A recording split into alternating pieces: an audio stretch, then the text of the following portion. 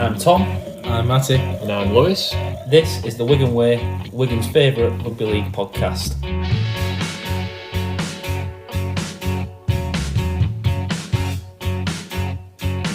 He'll put you in his trap, 'cause he's a union man. He's got it all figured out. He won't care what you think, 'cause he's a northern man. He's allowed to speak his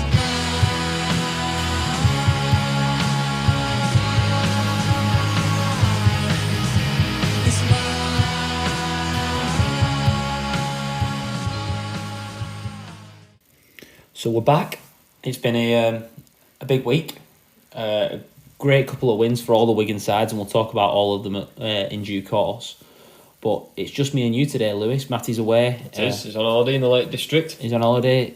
First week off for the summer holidays, and he's decided to run away up to the Lake District, I think. Lake District he's in, I believe, yeah. Can't blame him. Maybe No. you see your time off. Just a shame. Weather's been crap for him. Yeah, It's been not raining great. round here. God knows what it's like in Lake District. I can't imagine it being any drier. So, Lewis, how have you been? Good, mate. All good. Had a good week, like I say. I know you're still in work at the minute. You finish on Friday, but I finished for summer. So, yeah, just been spending my days getting some jobs done that I need to get done and stuff like that. Nice jobs to get to the rugby this week, and it was a good win for us, which I think we're going to get on to now, aren't we? Yeah. Every week's better when you've won, aren't it? Especially On Warrington. Friday. Was walking away, weren't we? And it was actually Matty's dad, believe it or not. He says it just feels a bit different when it's Warrington. Yeah. And I said it does actually. Yeah. Just feels a little bit better. Not to rub it into any why people who might be listening to this podcast, but it does just feel. And I'm sure it feels the same if it was the other way around and you Beatles or a Saints or whatever. I think that's it though. When it's a team at the top and you're competitive with them and you're local with We're them, rivals, aren't we? Yeah, local rivals. it just matters a little bit more, and especially when for Warrington it is Wigan week. As I think it was Paul Cullen said that you used to highlight Wigan in the fixtures as Wigan week, and all your preparation will be for Wigan week. To have lost 3 out of 3 so far is not a great situation to be as a Warrington fan. We'll get on to this, but under Daryl Powell, he's still not yet to pick up a win against either Saints or Wigan, is he? Yeah, it's a worrying start. As a Warrington coach, Warrington being coached by Daryl Powell haven't beat Saints or Wigan. Is it 9 attempts now? I think I've seen in 9 attempts not to get a single win. It's a bit worrying that for Warrington. Again, I'm sure we'll get on to it, but we may as well talk a bit about it now whilst we've brought it up. But obviously, we know they started the season, started it really well.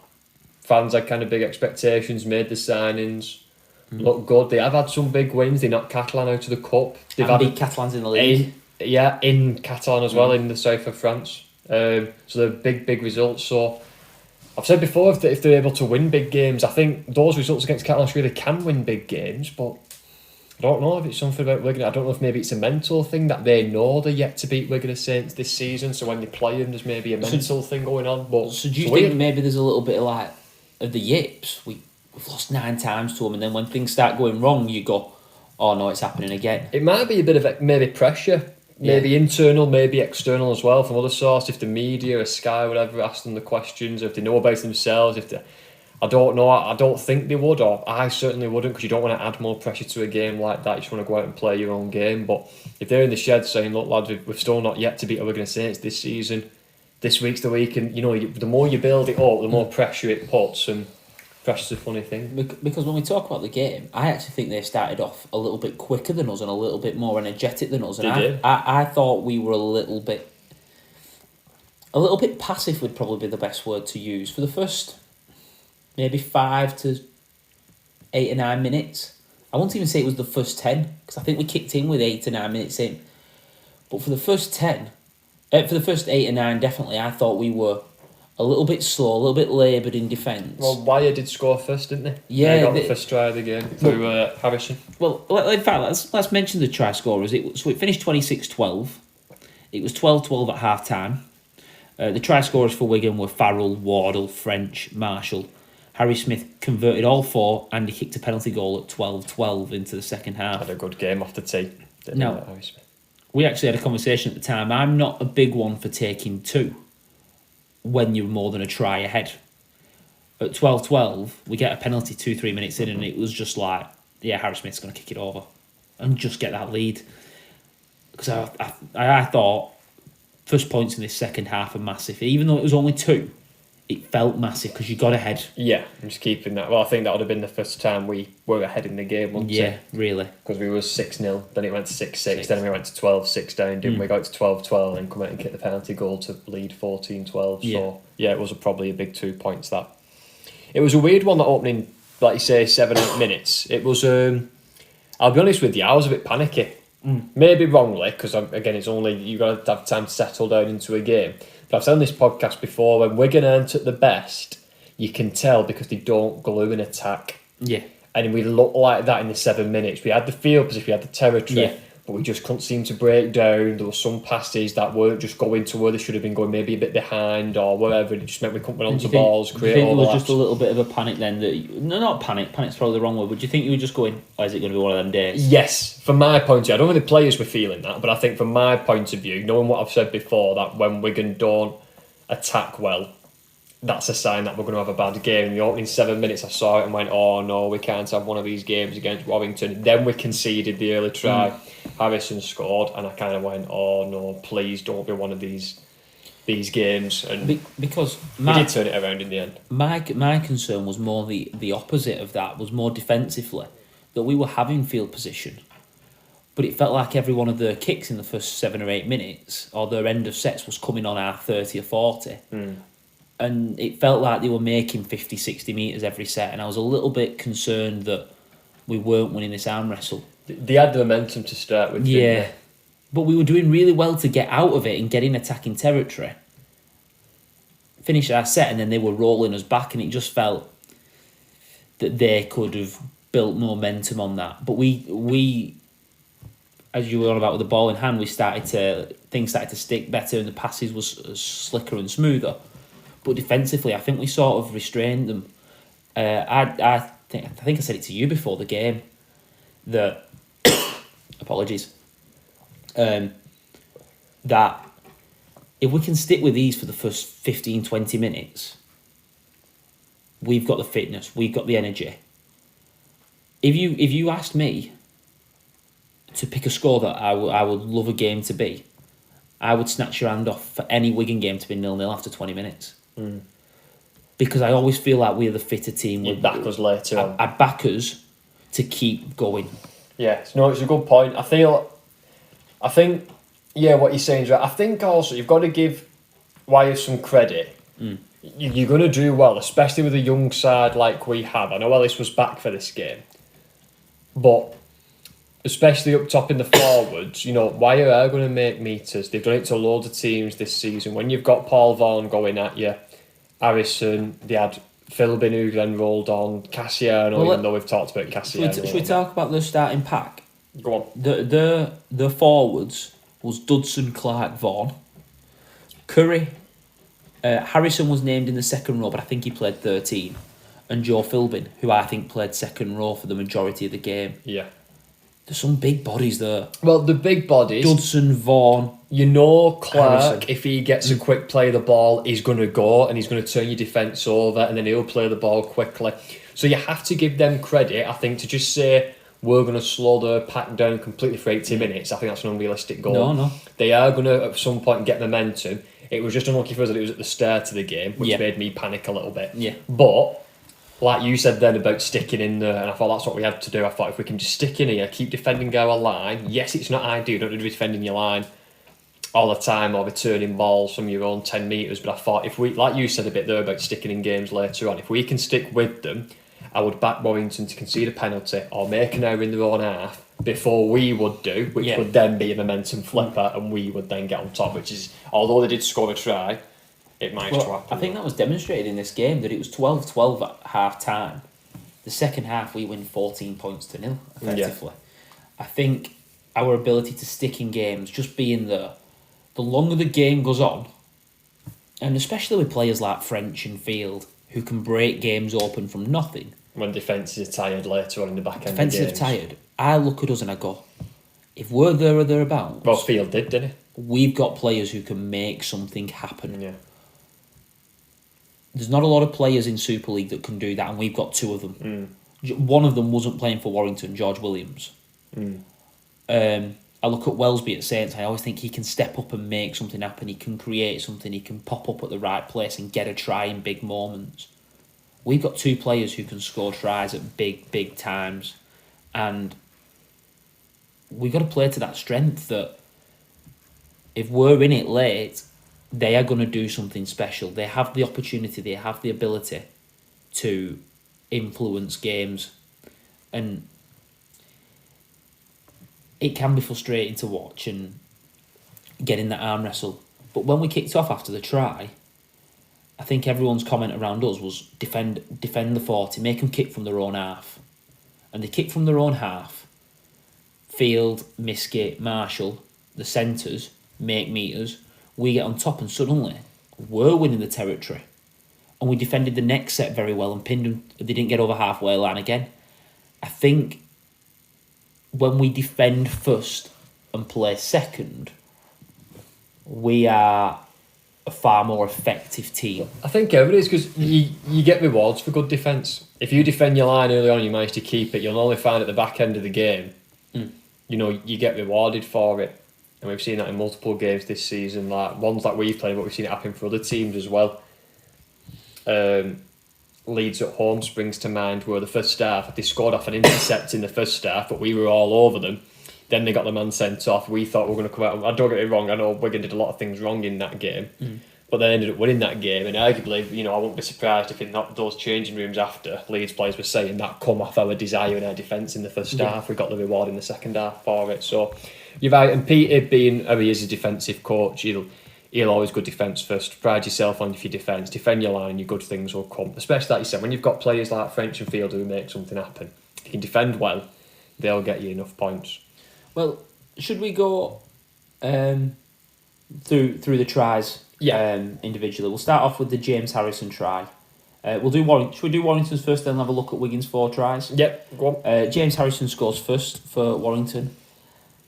Again, created by Darryl Clark and a late offload. I think it was it Dudson in the tackle? It was Philbin. Philbin in the tackle. It was Philbin. It was, I think Clark got out and had a bit of a scamper. Off a quick play of the ball. Found a bit of a late pass to Philbin, who comes steaming onto a ball. Because he comes steaming on, we couldn't really control the tackle, wrap the ball up. That meant he was able to promote the ball to Harrison, who off a late offload ran in and scored. I think the big thing about the offload was how late it is. Yeah. He keeps wrestling, does really, really well, and you have to credit him for this, because one of my big pet hates is how much fans applaud when we get an offload away, but then criticise us defensively when we concede one. I think we concede more offloads than the average team, personally, but teams are looking for it. Well, especially It's very hard to defend against. Why are a team that likes that? You have they to chance to do rounds with offloads a lot. You have to look. We've got Toby King, who's got the most offloads in Super League, or he did before this game. So we're looking for it. Of course, the teams are going to look for it, but he does so well to get it late that we're almost sat back waiting for the play the ball. And Clark does what he does best: reacts to what he sees, targets a defender, and puts Harrison. I think on Harry Smith.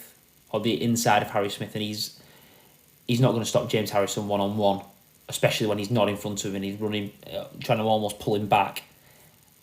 Harrison's going to score there most times. I think the things with offloads, especially, you get this sense when you're in the stadium, an offload happens and everyone's first reaction is a bit like, oh, and it's a bit of panic. When actually, if they run sideways, don't make any meters, and you get 3 men attack and control it, it's done nothing. Effectively, it could be better. If you can get 3 men into that tackle and control it, it's better than them being on the feet, wrestling, getting a quick play of the ball, and then going again. That's what I mean. I feel like people panic because a ball comes out of a tackle. They go, oh, and wrap the ball up, and it's like, well, actually, yes, you should wrap the ball, don't get me wrong, but at the same point, you don't panic straight away. It's whatever comes from the offload. Nothing comes of it, and it's like, okay. Yeah. The second Warrington try, Darryl Clark scores. Yeah, simple scoop from 9, wasn't it? And he just found a bit of a... They run an aggressive line, and the close. Clark is very, very clever in what he does, and he's very deliberate in what he does. Whatever your opinions are on Darryl Clark, he's been doing that for years. He knows his game inside. He did it for Cass when he was playing. He's done it for Wire playing at 9.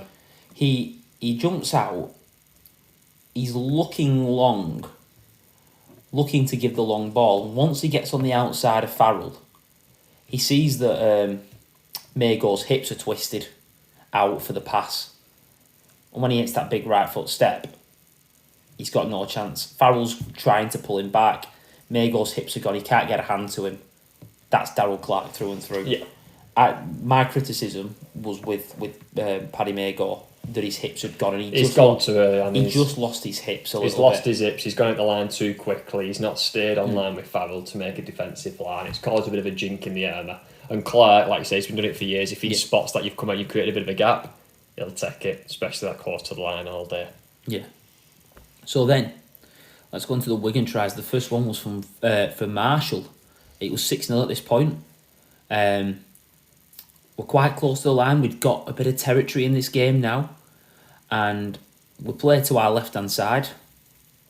Hits to French's hands about 8 or 9 metres out. He puts a brilliant cut-out pass. It's a no-look first ball, isn't it? That goes...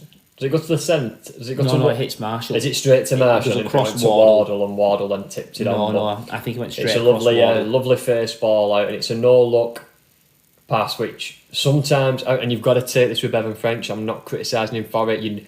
The amount he gets wrong, he's going to get one that's right. Sometimes there's the no-look first ball, and it flies, and it doesn't really hit its mark, or there's an intercept. You know, we've seen a couple of intercept tries off that, and people will be like, "Oh, have a look." But for everyone that's an intercept, there's one like Marshall's at the weekend where it gets you a try. More. So exactly. So you've got to take the pros with the cons in a sense, the good with the bad. But it was a lovely ball, no look first ball, straight to Marshall, who's doing as all good wingers should do. Hugs the touchline, gets over, manages to get round a little bit and come in field. And makes it an easier kick for Harry Smith. Rather than kicking on the last blade of grass, as Matty always says. Honestly, we must score more tries, and this was a conversation that we've had off the podcast about. I hate seeing these kicking statistics, because if me and you both have a go at 100 kicks, and you have a go at kicking 100 from in front of the sticks, and I have a go from 100 outside on the touchline, your kicking percentage is going to be better than mine. But that doesn't mean you're a better kicker. Well, no, there's the statistics, we know that, don't they? There's the skew. There's that. There's also the point of, well, we're going to be a very good attacking team that tends to score a lot of tries. So if you're scoring a lot of tries, you're going to miss more. You're probably going to miss more kicks, which will bring your percentage down. We score a lot of tries. Marshall, Miskey, Wardle's got a couple now, and King. So we score a lot of tries out wide, which you're saying is going to obviously skew the statistics on. Bevan French got 31 tries last year. He played on the wing. On the wing, exactly. Now, I know some of them he came under the sticks for, and he went roaming or whatever, but we put these good plays on, and Field beats someone or hits a cut-out ball or whatever, and we score in the corner, brilliant, doesn't make the kick any easier. I just think there should be a bit of a statistic that looks at maybe kicking from centre field compared to 10 metres in from touch. Like that, yeah. It'd be interesting. Just to have a comparison, because if you're a team with the big forwards and you run over teams and you score a lot of tries centrally, because that's your strength, your kicker's going to have an easier go. If that makes sense. This whole thing about Harry Smith kicking for me is, it's got to be put to bed now. He's kicked every single goal in that game against Wyre. And what home game was it? Not the last one, but the other week where he kicked them all, and he kicked one from sideline and we won it by 2 points. Do you mean? Sorry, I'm putting it first. Before Huddersfield. Was it Huddersfield where we won it by 10 and he kicked it from... There was... So it's like... He missed one from Miskey early on. Do you know what I mean? So for me now, we know he's a good kicker. He was a good kicker last season. We've said on this podcast before that the problem is, and we mentioned this after the game on Friday, because I was having a bit of a chat walking back from the ground. Harry Smith, for me, for some reason, is always Wigan fans' scapegoat. When we aren't playing well, or there's a loss, or whatever, it always goes... Everyone's straight to blame Harry Smith. Harry Smith is kicking off he's not kicking goals good enough. We've lost because we've not kicked enough goals. That was what everyone was saying after the Wakefield loss, and it was Harry Smith's infield kicking I've seen criticised that, and it's just I would argue in gameplay kicking is It's fantastic. as good as, if not the best in Super League. It's Harry Smith for us, and I was thinking about this after a conversation we had walking back from the ground. Harry Smith, I think, I'm going to agree with a guy who watched the rugby who said this, is Wigan's probably most important player, because if he was to get injured, no one can do his job. his job.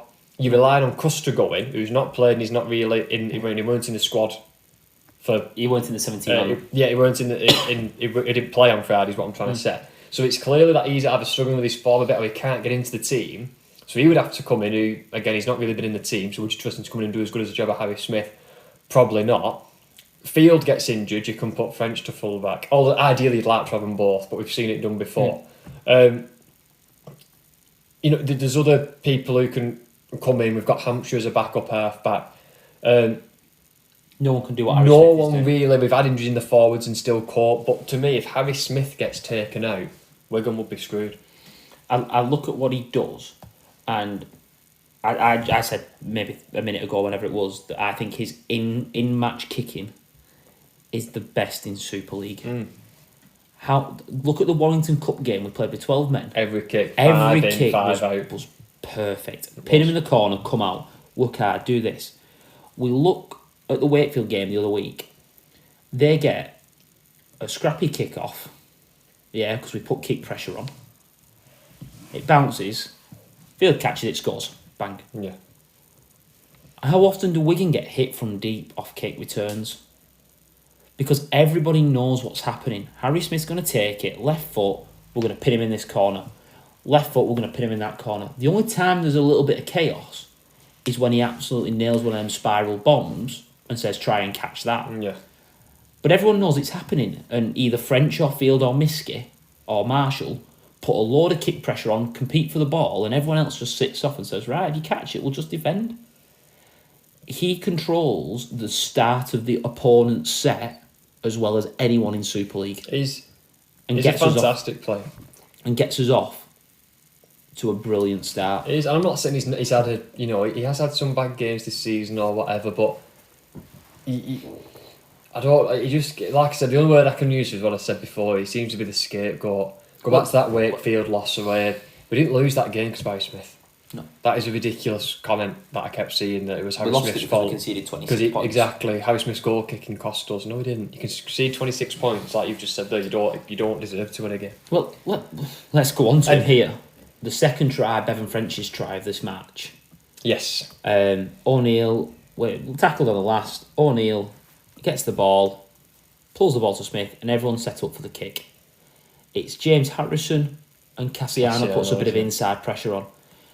Harrison goes to make a play for the kick, whether it's a full-on bloodied attempted at a charge down, or whether he's thinking that's where he's going to be and I can grab him. But he does so well to realise the pressure, realise that Cassiano's not kept up with the pressure. Little left foot step, through. Even Darryl Powell after the game said it was a piece of class.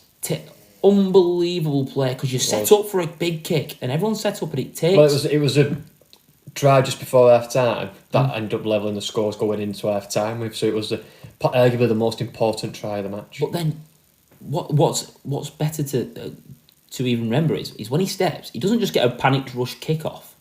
He looks up and realises we've got a 5-on-2 overlap because is it Russell, the winger, has dropped back, and suddenly then he hits top speed to get back in front of Morgan Smithies, who has carried on moving because they think there's a kick coming. Smithies stops to let Harry Smith get past him, and he takes the ball to the line, hits Smithies with a great pass, who with great hands himself gets it out to Farrell.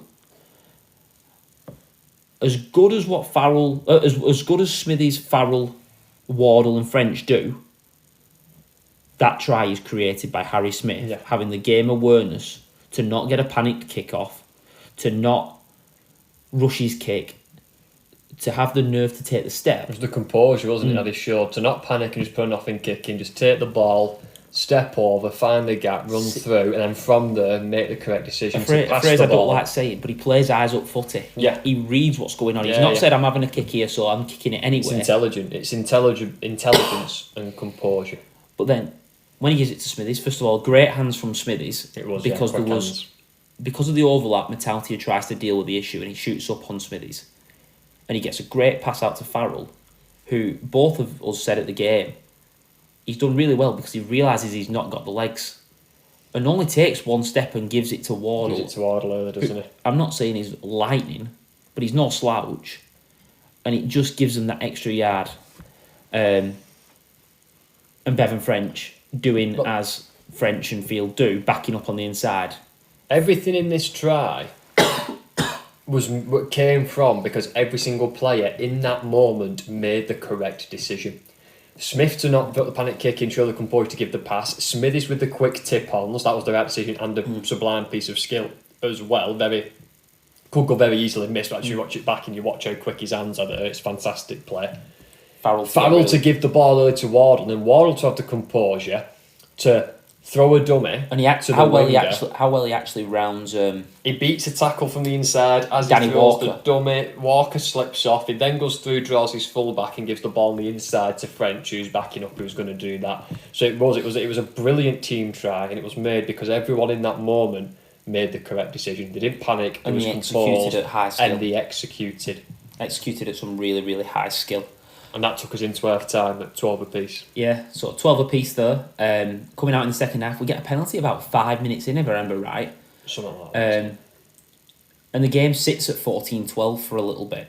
Not much really happens. We started to dominate the territory, in my opinion. We started to get a bit more of a foothold in this game. But it was then a Jake Wardle try. Now, Jake Wardle came from... he played last season on loan at Huddersfield, or the end of last season on loan at Huddersfield. At Warrington. Was at Huddersfield previous. He... I think we're starting to realise how classy this lad is. How good athletically he is. How good defensively he is. He makes brilliant meters. He has got an all-round game. Wardle, we was talking about this before we started recording the podcast. Wardle, for me, is probably going to go down. He's going to be one of the most underrated players for Wigan, I think, in the sense of he's probably getting overshadowed because the likes of Field and French and their X Factor, the superstar kind of gets the headlines, which I think suits him.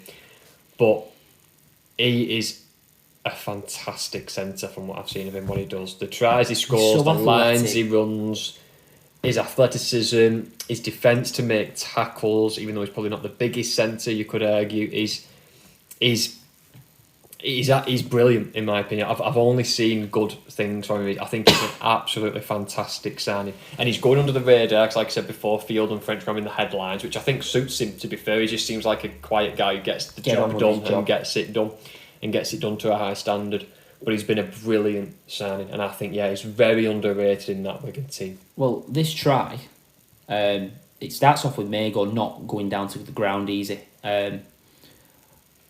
The tackle before, he fights and he wrestles. O'Neill gets the ball out to Smith, who actually, very much on what you would expect from a halfback, he doesn't really hit the line, but he realises that we're 5 on 3. I'm actually looking at a still here. 5 on 3 with one of the markers working. And what he does is just do enough to interest the first marker and gets a really early ball out to Jai Fields, who's then running 3 on 2. Got a 3 on 2 at the back end. Farrell runs a short line to hold up the third in defender. And we're left with Fields running with Wardle and Marshall on his outside, running at Metaltia and Russell. It was Russell on the right hand side, wasn't it? I think so, yeah. And he gives that ball early. They hold up the defender. And what do you do if you're Metaltia? Jai Fields is catching that ball What do you do? It's a 3-on-2. You've got to take the man with the ball and just stop Wigan. Don't execute. But then, if you watch That's all it you back, can do. and I would suggest you go back and watch it again, because it's only when you look at the fine details. The line that Wardle runs, he's running a line at Matty Russell. When he runs that line at Matty Russell, as Fields gets the ball away, he almost steps before he's caught it and changes his line, whilst the ball's still travelling to him. He does so well to just take him completely out of the game, because he's thinking, he's coming at me, I've got Marshall, is he going to miss me? And before that ball even gets to him, he's changed his direction on the inside and beats Russell on the inside by 2-3 yards. And Matt Duffy is not stopping Jake Wardle one-on-one. No. Running at his inside shoulder. Do I stick with Wardle? Do I stick with Marshall? So many questions. And when you are so big, so strong, run such committed lines like Jake Wardle does, you're going to create problems for any team. It was a brilliant try, and it's brilliant centre play. Like you say, the line he runs, the composure. It's very good. It's brilliant. And then we come to Final try of the game. final try, scored by Liam Farrell. We've just mentioned about how Field and French can break teams that are tired and late on in games. Yeah. What minute is this? Have you got still there? This was into the 70th minute. So last 10 minutes, defence is again a bit tired. Superstar facts are going to break the teams down off the back of your good defence. That's exactly what we said, and that's exactly what happens here. And if you actually watch it, O'Neill, gets an early ball to Harry Smith. I can't remember who passed it to him now. That's doing me head in. But he gets an early ball to Smith. And again, they spot the overlap straight away. Fields is coming out the back, isn't he? Fields is coming out the back. Farrell's on the inside shoulder of Harry Smith, and you've got Wardle and Marshall on the left-hand side. Harry Smith is in line with the fourth defender, but he's running at Danny Walker, the third man in. So you're effectively, if he can get on the outside, running at a 5-on-3. They get the ball out to Field, and he's running 3-on-2. Danny Walker's trying to push in on the inside. It's so difficult because he's not got the pace to keep up with him. Well, it's also very difficult because Danny Walker, normally playing as a 9, is used to defending the middle of the park, where bodies more run at you, and you've got to just get your body in front, wrap the ball up. Defending as a 6 on the more of an edge, where you've got players trying to run round you, stepping you on the inside, it's something he will not be used to. It's much, much different defending in the middle of the park compared to defending on the edge. It's I would argue, much more difficult to defend on the edge. You've got to be much more agile. There's more questions to be asked on the edge. Obviously, stopping a bloke running straight over the top of you is very difficult. But the big men in the middle are used to it because you train for it. Yeah. That's why they don't like defending against little lads. It's a different style as well. People in the middle, because they're running at you, it's about just bodies in front and getting stopping you. You can almost tackle chest on chest, and you get your 2 men, 3 men in, control the rope, get them on the back, and it's more of a wrestle. Whereas out wide, they're trying to run round you. It's a case of dive at the legs, just try and get round, just tackle wherever you can. You've just got to try and make your tackle type thing. It's much more difficult. So, but Fields is now tough job for Danny Walker. Fields is now on the outside of Danny Walker, running at Metallica, and something that he does so well, and it's so subtle. He holds the ball as if he's ready to pass. I listened to another Australian Rugby League podcast, and they talk about having the ball cocked ready to give that pass. He's running on the outside, ready to pass. And he's just looking at Metallica saying, "Go on, are you going for me?" And I'm putting Wardle through. And he just goes as if he's going to shape. Metallica loses his hips because he wants to deal with Marshall and Wardle on the outside of him. And he puts that ball under his left arm. Metallica's in no man's land. Danny Walker's grabbing at shirts, and Jai Fields is already through that gap. When you realise he's gone, it's too late. It's too hard. It's a 3-on-2, so Metallica is going to find himself in no man's land. He has to trust Danny Walker to make the tackle. You've got to trust your inside man. He's unable to get there, Walker, we've just said before, so he is shirt grabbing. And the player for us as Wigan fans you want on the ball in that situation is Jay Field, because he's gonna get it back. He's gonna get on the outside of him, either throw a dummy and break, or if the material comes in, he'll make the pass and put someone else through. So I think Warrington would have done it. You've got to credit Wigan and Jay Field, don't get me wrong, but Warrington would have done very well to stop that there, because he's got an overlap. It was a 3-on-2. It was, you expect again Wigan to execute that, and they did. Just look at it. He makes the break on the 50 metre. He gets past Danny Walker on the 50 metre line, and we were already up celebrating. Yeah. He has Marshall on his left, Farrell on his right, running at Dufty. You've got no chance. I'm sorry, mate. You could put 3 fullbacks there, and that's still backfields to make the right choice. Farrell, as he's done his entire career, backing up play, which for second row you don't expect, but he's made a habit of it. Jai Field actually drops off the gas a little bit to allow Farrell to stay alongside him. Obviously, if Fields puts his foot down, no one's keeping up with him. And he just slows it down, gets the pass. Farrell's wide enough that Dufty can't cover both, and he just puts the pass through. Yeah, simple Farrell 2-on-1. They'll practice them in training. I don't know how many times they've practiced that 2-on-1s, 3-on-2s. So good. Very good. So before we wrap this section up, because we've just kind of gone through the tries, I just want to kind of see some players who caught our eye in this game. For me, I said to you, probably one that went a bit under the radar for a lot of people. I liked Brad O'Neill at 9. I had a concern at the start of the game, because this was the first time he'd been named as the starting 9 without a bench. Yeah, he was going to play 80 minutes. And we stood in the fan village having a quick drink before the game, and the conversation was, if he needs a rest, what we're going to do. And the conversation was that they could spell Shorrocks in there for 10 minutes, maybe 5 minutes either side of half time, if you need, for him to just pass and tackle. Played the whole 80 minutes. Well, he did, and he played it well. I think you just had the stats up before. He made 40-odd tackles. But what impressed me, which I thought gave Wigan a bit something different in their attack, was, and I loved these players anyway, because I just think it creates so tackles. many. 48, so up near 50 tackles. He was able to throw nice wide passes from the ruck that were just cutting out by his A and B. Well, the markers, and the way some of them were so wide. Sometimes the A and B defenders as well, and he was able to get them, throw these wide passes, find the mark as well to Harry Smith, who knew it was on, so stood a bit wider, and that, because it takes so many people out of the equation. It's just great, like you say, when you start at the back, it's good for just causing overlaps, just for moving the defence around. It just gives you something new to the game when a 9 can do that. And it's something I love in the game. I love seeing nice wide passes off the ruck. I feel like it's really good for getting you to areas, exploiting overlaps, asking questions of edge defenders quicker, because they're not stood there waiting, and it stops the slide defence, because it's like, well, we can't slide because they've already beat us, they're already on our outside. So a nice wide pass off the ruck, I feel like, gave us something different. So I was quite impressed with O'Neill, someone who caught my eye. Now, one of the concerns we did have before the game was our bench. Yes. It was young. There was players returning, there was players who don't particularly do big minutes. Patrick Mago, not known for doing a massive amount of minutes, and I criticised him for his defensive play on the Darryl Clark try where he lost his hips. But what can't be missed is the shift that he made going forward.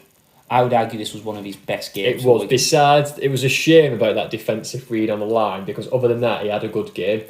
He ran hard. He was hard to get down to the floor. One of the tries come because he was able to play the ball quickly, because they weren't able to get him on his back. But 11 carries for 105 metres. That is how we have to use him. Yeah. When we're on top, I wouldn't mind if he went for less minutes. If he goes, carry on play 2, carry on play 5. And we just absolutely blitz them 6, 7, 8 minutes that he's on the field, and then blitz him again in them 6, 7 later on. And we just go bang, bang, taking 2 every set, go. But the 2 other lads on the bench, the 2 young lads, Harvey Hill and December, it was always going to be a difficult game to get them involved in, because of the game and the style of it, that they're a massive pack, Warrington. I thought Hill was going to play more than he did, only because I thought he would rotate and come on as the second prop, but he actually brought Kai Pearce-Paul on and played him as a prop, who we'll get onto in a minute. That's where I was going with it. December didn't get a lot of game time, but probably rightly so. He played in the Wakefield games. This was just about, I think he might have done 10 minutes, maybe not even that. Yeah. So he got a bit of minutes, but again, we've made our points before on the podcast about December. It's right, ease him into games. He shouldn't be playing 60 odd minutes at what his age. Just ease him in, get him a bit of steam, and take him back out, ease him in again. So no problem with that. So then we go on to the man who returned, Kai Pearce-Paul. He played a lot at second row, and he's named as a second rower. Before his injury, and in this game in particular, he didn't play as a second rower. He played in the middle. And for me, that's where he's got to play from now on. He was so brilliant. They were destructive. He was so effective at getting into tackles. He's such a good tackler that I almost worry when he's in the second row. He can't get involved in the game enough. I want him around the ball as much as possible, whether that's at prop or loose forward. I want his hands on the ball. He runs such aggressive lines, runs the ball in at pace. He's so tall, so physically hard to stop, that when he's in the middle, he's forced to be in the game. And when he's forced to be in the game, he's so effective for Wigan. He had his best game in a Wigan shirt. Friday night. It was brilliant. Considering he's been out for as long as he has been, 18 you would tackles. normally expect him to come back in, just try and get back up to like match fitness, match sharpness, whatever you want to call it. But he looked like a man possessed. He was putting shots on in defence, tucking his weight about. He ran over the top of Philbin and left him on the floor. Obviously, we hope Philbin's all right.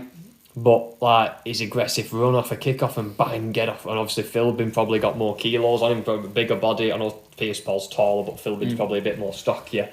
And he didn't care. It was just, here, get this into you, bang, and just boomed him off him and ran over the top of him. And he was destructive. And I wonder if it is maybe a confidence thing where Peter said to him, actually, I want you to play in the middle and I want you to get your hands on the ball more, thinking the more he gets his hands on the ball and the more he gets involved in the game, the more he'll... Maybe then if he goes back to second row, it's increased his confidence where he will try and get on the ball more because he knows he can do it. Maybe, but as it stands, the way he's playing, I've got no issue with Farrell, Shorrocks, Smithies at 13 and spelling December in with Shorrocks and whatever, and maybe putting Smithies in the props for a bit and whatever. They are three big tackle makers, hard workers, will make the carries. Shorrocks didn't have his greatest game in this. He didn't make the massive amount of metres, but he still made 25 tackles. Yeah, he's probably done his job on it.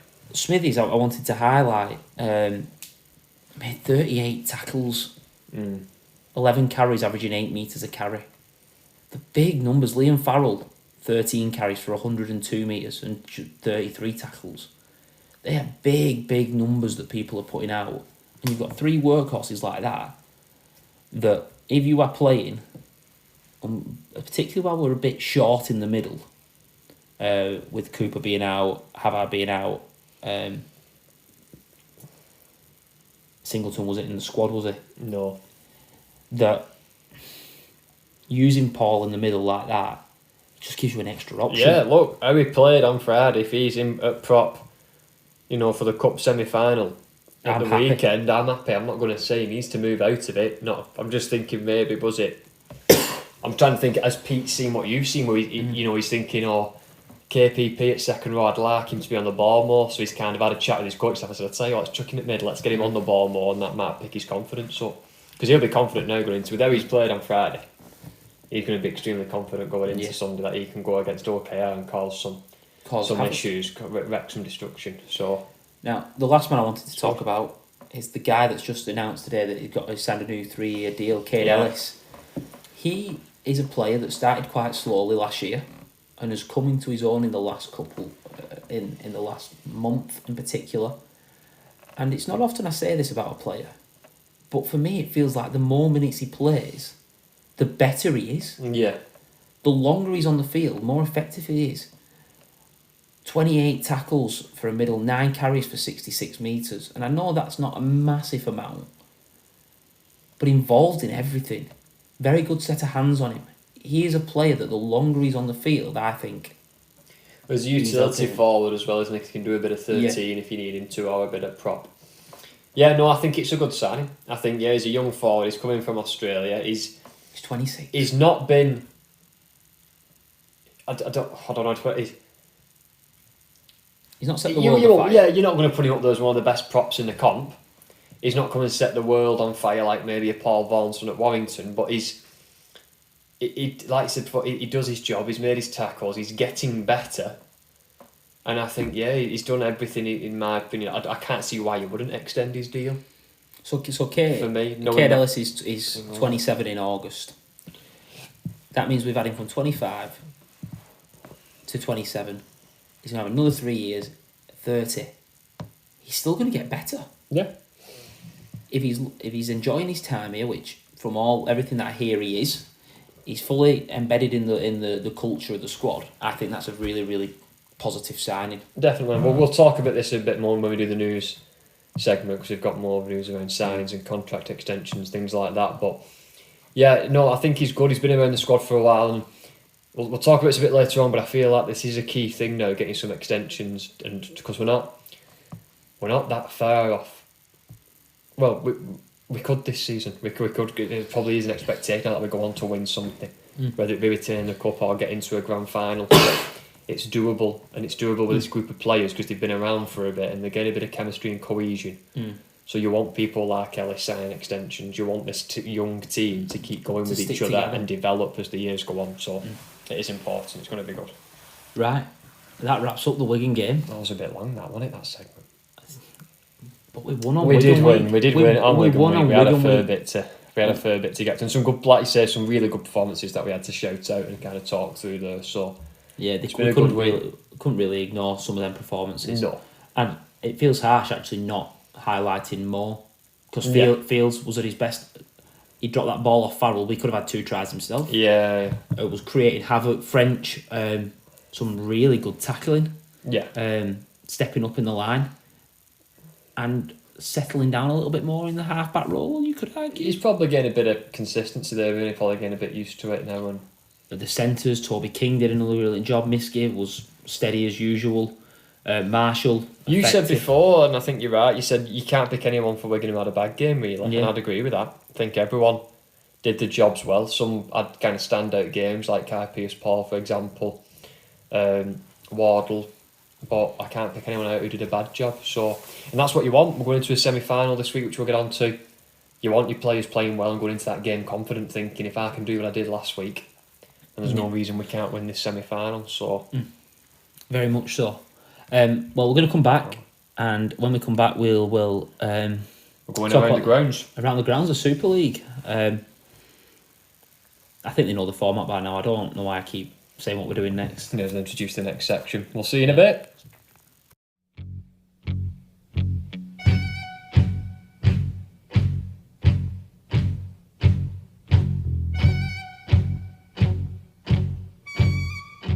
So we are back to look around Super League in round 19.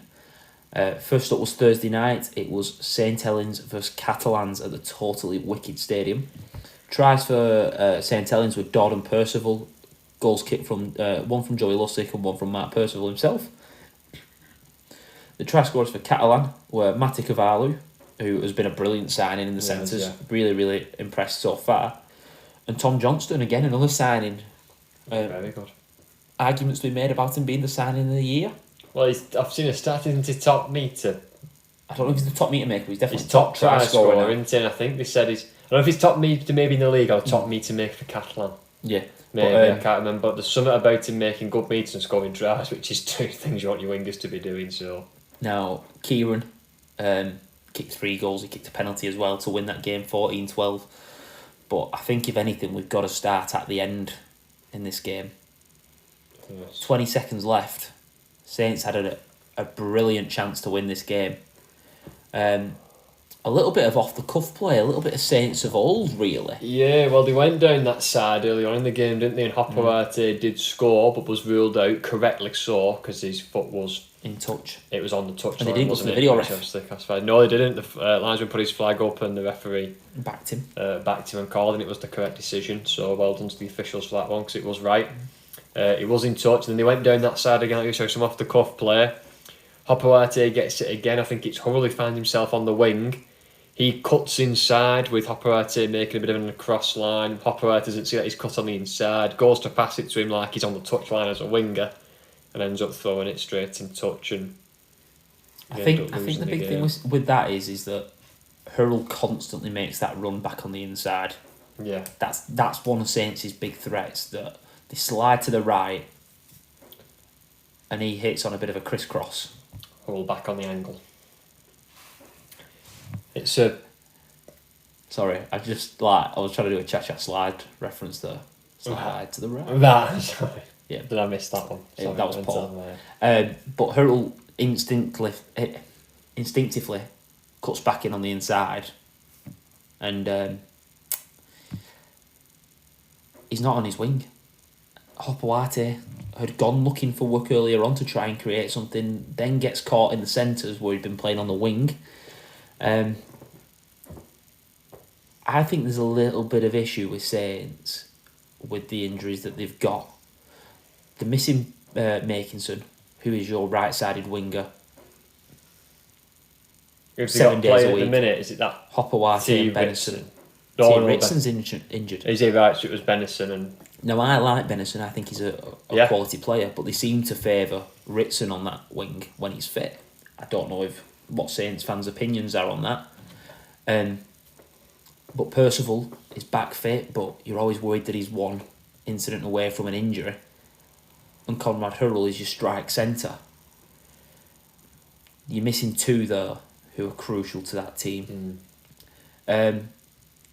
Roby went off with a HIA. Yeah, who else went off with a HIA? There was someone else who failed a HIA. I don't know. If you fail a HIA, that means they'll be out for the cup game as well this week coming up, doesn't it? So that's what I mean. Both of them are out. It was a very... Oh, Percival failed a HIA, sorry. So, it was a very good game, this. I was impressed with a couple of things. I know we're talking about Saints here. I want to give some credit to Catalan starting off. I thought, particularly in defence, and I thought the Hopoate no try we just talked about kind of exemplifies this. Their kind of desire and their scramble defence to get there and make that tackle, I thought in this game was exceptional. And I think it was a very weird one, this one, because Catalan, you always know, are going to be a strong team at the start of the season, but I never thought they would be up. I never thought they'd be at first. I always think them around third, because I always feel like they're going to slip up a couple of times away from home. And I wouldn't have put them for being in a final. I wouldn't have put them in a grand final or a cup final. Obviously, they're not going to get to the cup final. They got knocked out to that a while ago. I could see them getting to the grand final. I said to you before. I think at the minute they're the team to beat. I think my only concern with Catalans now is after the news that Artur Morg's injured, and with the injury that he's got, I've read that it's going to be 6 to 8 weeks, and that puts you coming into playoff time. 6 more weeks, 8 more weeks. It's putting a big demand on Tompkins to play full-back there. Sam's the best full-back in Super League, in my opinion, that there's ever been. That's my honest opinion. You can disagree, you can agree. Saints fans are getting some stick this week. Saints fans were this week at Sam Tompkins than they were against Wigan. They absolutely hate him. But you hate players that are brilliant. I suppose, yeah. But with that, we know he has an injury with the knee. Yeah. He's retiring at the end of the year because of these injuries, and he's not that old. He could carry on. And you just go in. Catalans would like to be managing him. Would like to manage him till the end of the season. Because if he plays in the playoffs, you're backing yourself. They need him in the playoffs. Without Morg, they've got Mitch Pearce back in the halves, but they've got Tyrone May in there. They're only one injury away from needing him to play in the halves. I would be slightly... Might be the downfall, might it? A couple of injuries even there, and suddenly the team might look a lot weaker. Now, I know they've recalled the fullback, is it Xenon, who's playing been at OKR. Whether he will get some game time, because they are clear in Super League. They've got a bit of a points advantage. I wonder whether he'll play a little bit at full back to allow Sam to be rested. Maybe. They've got to manage Sam's workload. Yeah. Because if Sam's fit, he can win any game and he can win a comp by himself. I just thought it was a really... for me, I don't... Again, like you just said, them being away from home in this game against Saints... and getting a win. And getting a win, it is massive. And it just shows me that if they were in a grand final, they could do it. Yeah. Do you know what I mean? They could do it. And I'm not saying that again, I don't know. I want to put them at the start of the season. I would have put Wigan up there, maybe Saints up there ahead of them. Possibly even Wire with the signings they made. And again, I know wrongly, but I kept on backing Huddersfield early on in the season when we were doing this podcast with the signings they made. The fact they got to the Challenge Cup final last season, I'd have put them maybe up there in front of Catalan as well. And they've just been dark horses at the minute. Everyone was talking about Wigan, Saints, Wire.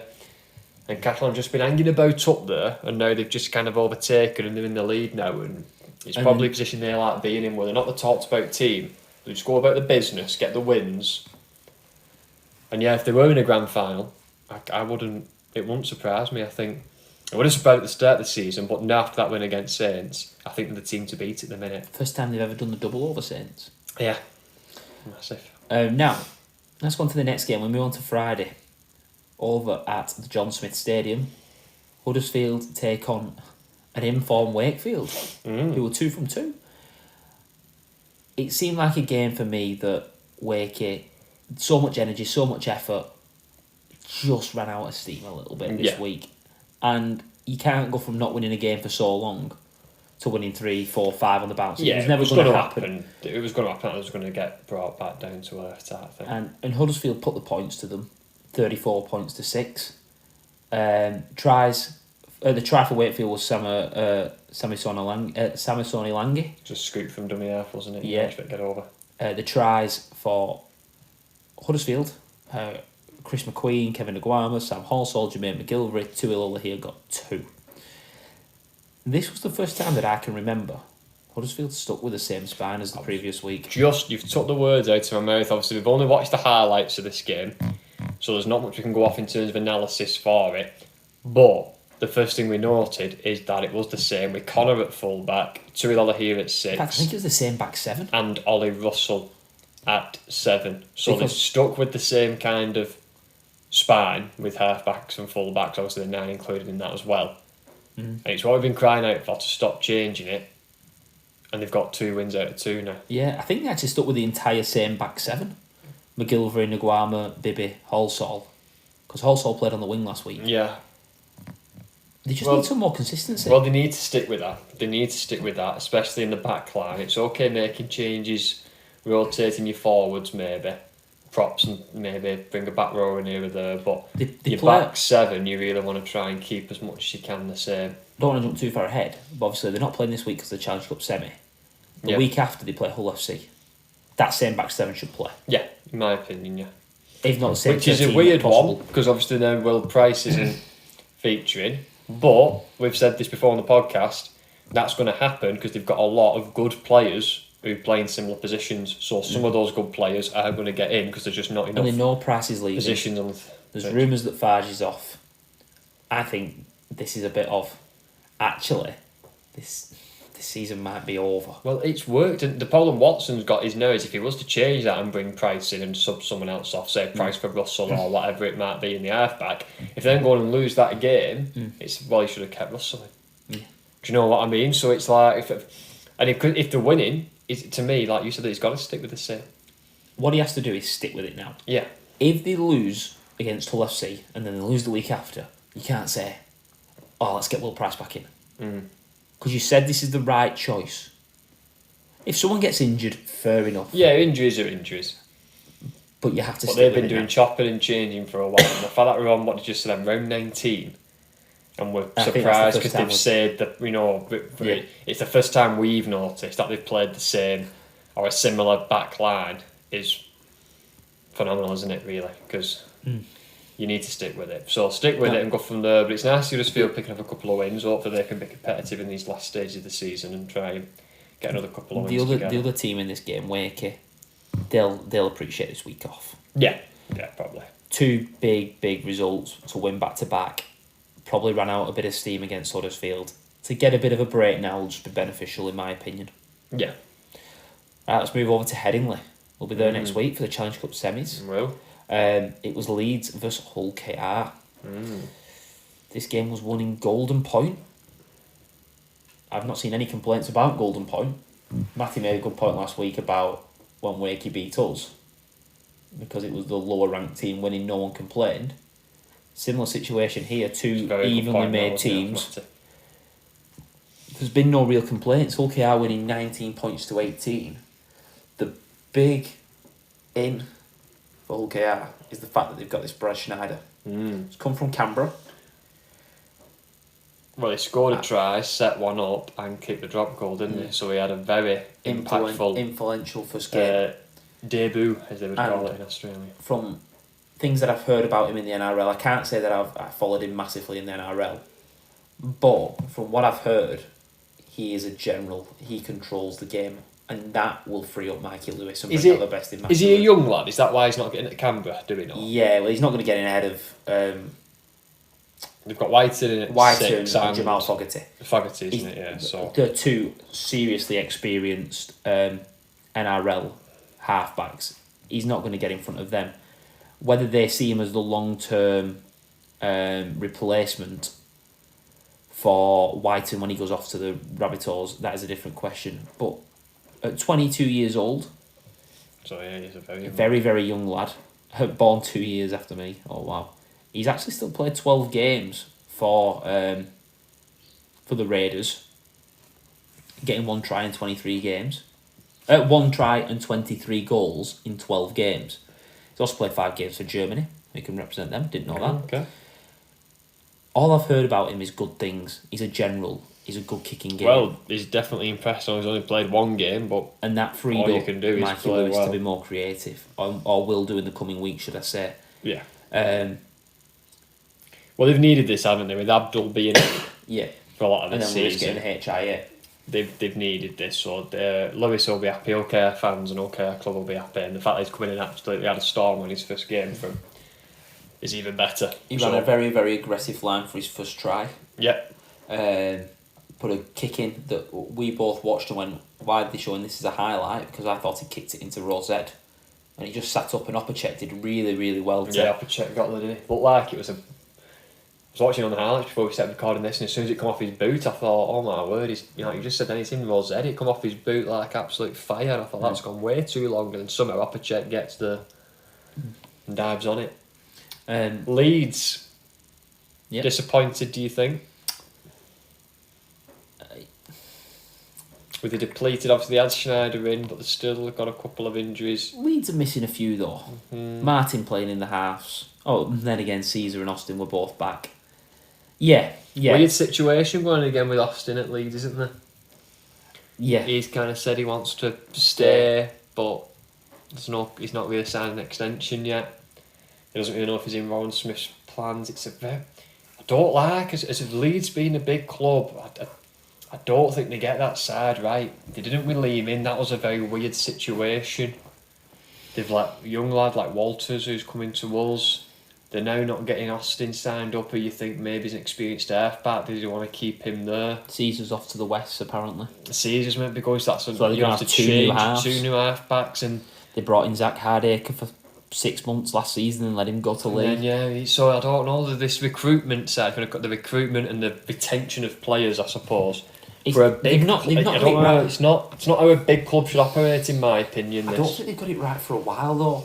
I don't think they've got it right since the golden age. Lads, the Sinfields, and then 2 years later that Burrows and Maguire moved on. I don't think they've got the off the field stuff right. Because they produce some really good players. I just don't know if the recruitment's right at all. And it'd be interesting to hear from some Leeds fans about that. Right, we're going to move on to the next game. So this was also on Friday night. Sorry about that. It wasn't on Friday night because we played Friday night. Saturday the 15th of July, Hull FC played Castleford. Hull FC winning 36 points to 18. We say it every week, but there was some poor defence from Castleford. Yeah, so many Well, one-on-one the missed scoreboard says it, doesn't it? If you're fighting, you're in the bottom of the table relegation battle. You don't want to be conceding 36 points anyway. But conceding 36 points when you're fighting to stay in the league isn't good enough.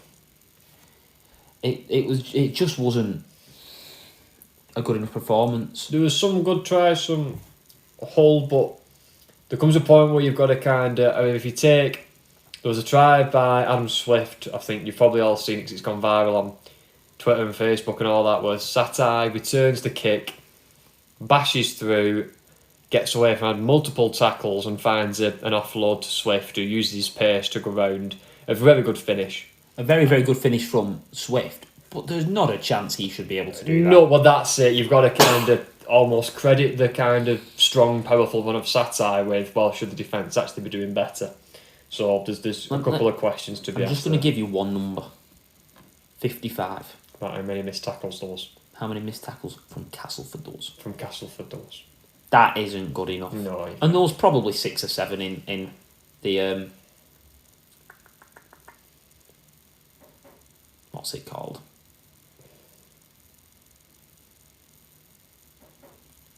I completely forgot the word. In the Satai run. In the Satai run, there was probably quite a lot there. That's not good enough. It's just not. No. They're struggling at the minute. Cass, I thought, we're up to full-back. I still think it is a good move. It's helped them out a little bit. I'll just say, Jacob Miller missed 9 tackles. But Jordan Johnston missed 6. George Griffin missed 7. Alex Sutcliffe missed 5. Sam Hall missed 4. Jack Broadbent missed 2. Mustafa missed 2. I don't know where it's going. I know where it's going wrong from. It's going wrong in the defence. But I don't know, maybe points. If it's... You can win Super League games with 18 points. I don't know if it's a case of maybe it's the forwards who aren't maybe strong enough to compete with opposition forwards. Because they've got good players in the backs. Miller's a good, and I know obviously he's missing tackles, but in attack he's good. Widdop, he's an experienced player who's been there, done it, been in the NRL and set that alight. He should be. Well, we said it was a positive. I know he's getting back to, he's getting towards the end of his career now, but we said it was positive that he was playing at full back and he was more influential, and it actually brought the young lad that we Broadbent, but he's actually gone back to the centres. Now they brought Riley Dean in on loan. I'd be worried. It's a weird one, isn't it? Like I said, they've got good players, but just can't seem to win games. Like I said, maybe I don't know if it's a forwards issue. I don't know if it's just a team gelling issue. Obviously, the defence is an issue. You can't put this on one thing for me. No. Hull FC were in a worse position than Castleford in the league. They're getting it right. Tries 2 for Cam Scott, 2 for Adam Swift, David Litton, Chris Satai, Carlos Tumavave. The thing for me is how many different tries they scored. They scored length of the field tries. They scored them with the props powered over. They scored them in the corner. If Hull get 36 points and every single time it's that set block play, Truman to Clifford to the fullback in the corner, you go 3 big players have put their hands on that and scored a brilliant try. Chris Satai try, the Adam Swift's try, was it Chris Satai or was it Lee South? It was the Satai run. Where we made off the kick-off, it was Satai. You just can't do that. They are coach killers. Yeah, it's weak, isn't it? This sounds awful. They get coaches sacked. Yeah. Efforts like that get coaches sacked. Yeah. Hull, again, I don't think they were at the brilliant best. They just... I hope Andy Last is able to turn it around because it's his first job, but I was rooting for him to get the job. And like I said, they've got enough there to win games. Do I see him winning grand finals? No. But I can see him being... you could see them being They just have to stay in it. They can be competitive. They might, maybe an 8th to 10th spot you could see him getting, but you just can't seem to defend at the minute. They're seeing too many points. Last game, on to the Sunday. Salford versus Lee at Salford. Try scorers for Salford were Ben Halliwell, Andy Ackers, King Viniawa and Ken Seo. 3 goals for Mark Sneed. For Lee, Zach Hardacre, Lachlan Lamb, Ricky Latelli, Ed Chamberlain, 4 goals for Ben Reynolds. Are we going to say that Mark Sneed cost him this game with his kicking? Well, no, probably not, 'cause he's not Harry Smith. But Lee looked out of it. They looked flat for me, and they still found a way to win. They did. Whether it's moments of brilliance, like for the Ed Chamberlain try, where a seater, a big prop forward, throws the dummy, goes through, and he's getting tackled, manages to stay on his knees and offload to Ed Chamberlain. That was good. Brilliant. Yeah. Or whether it's the way that Zach Hardacre gets his try at the end to level it, a big face ball, bounces, Briscoe picks it up, kicks down the line. Sneed has to do better. He has to pick that ball up. There was a lot of... Yeah, there was... But they just kept the ball alive for me. I think there was 2. I think there was 2 quite scrappy, you would say, tries. Try for Salford. Where the ball was on the floor and it's getting kicked about, scooped up, going backwards, and there's no real set play on. You're just scrapping and you're scrambling. You're trying to either scramble your defence or trying to scramble to get points. I suppose Lee just did that better. There was... I'm going to say dubious, but I'm confident enough to say there was an incorrect call with Latelli's try. He goes in. Now, we mentioned last week about possibly having a video ref at every game. This was another advocate for it, because Latelli, when you watch it back on the highlights, and we've paused it, we've tried to have a look at it, I can't see how that's a try. It looks like he's gone over into... It looks like he's landed on the Salford man and put it short before he's actually then gone over into the ball across the line. I don't think he's in touch. I think he grounds the ball short. Yeah. Because I think he's on top of the Salford man. I mean, he's facing the wrong way. And I'm not saying... I know you can still score a try like that. But it's very difficult. Yeah, I thought the ref would have gone... Maybe, I don't know if he's gone benefit of the doubt, he doesn't know. But to me, obviously, if that was, and the referee had the option, he would have had 100%, he would have gone to the big screen and asked him to have a look at it. Because even his touch judges did not know. So he would have gone up top, and it would have... And it was just a dubious call. It's like we said the other week, it's just another example of why having a video ref at every game would be beneficial. That would really help these on-field officials out.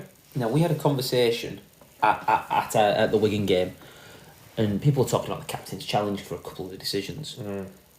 The league needs to get the captain's challenge in, but they can't do that until the video refs at every game. Because I'm not going to say there's a benefit to you being on TV more, because you might have tries disallowed. If you're Lee and you're looking at that, you might have that try disallowed if you're on TV. So there are benefits and drawbacks to being on the TV.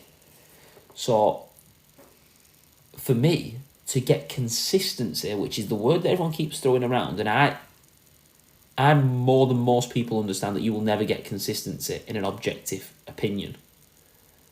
Me and you disagreed on a decision that we argued for 10 minutes beforehand about whether I thought a pass was forward or you thought it was and I didn't. There are objective things in this game that, whatever way you look at it, we could look at the same thing and get a difference of opinion. But there are some things about whether he grounded the ball or not, there are black on white. Yeah. And until we get a video ref at every game, you can't be certain on these. Well, there was an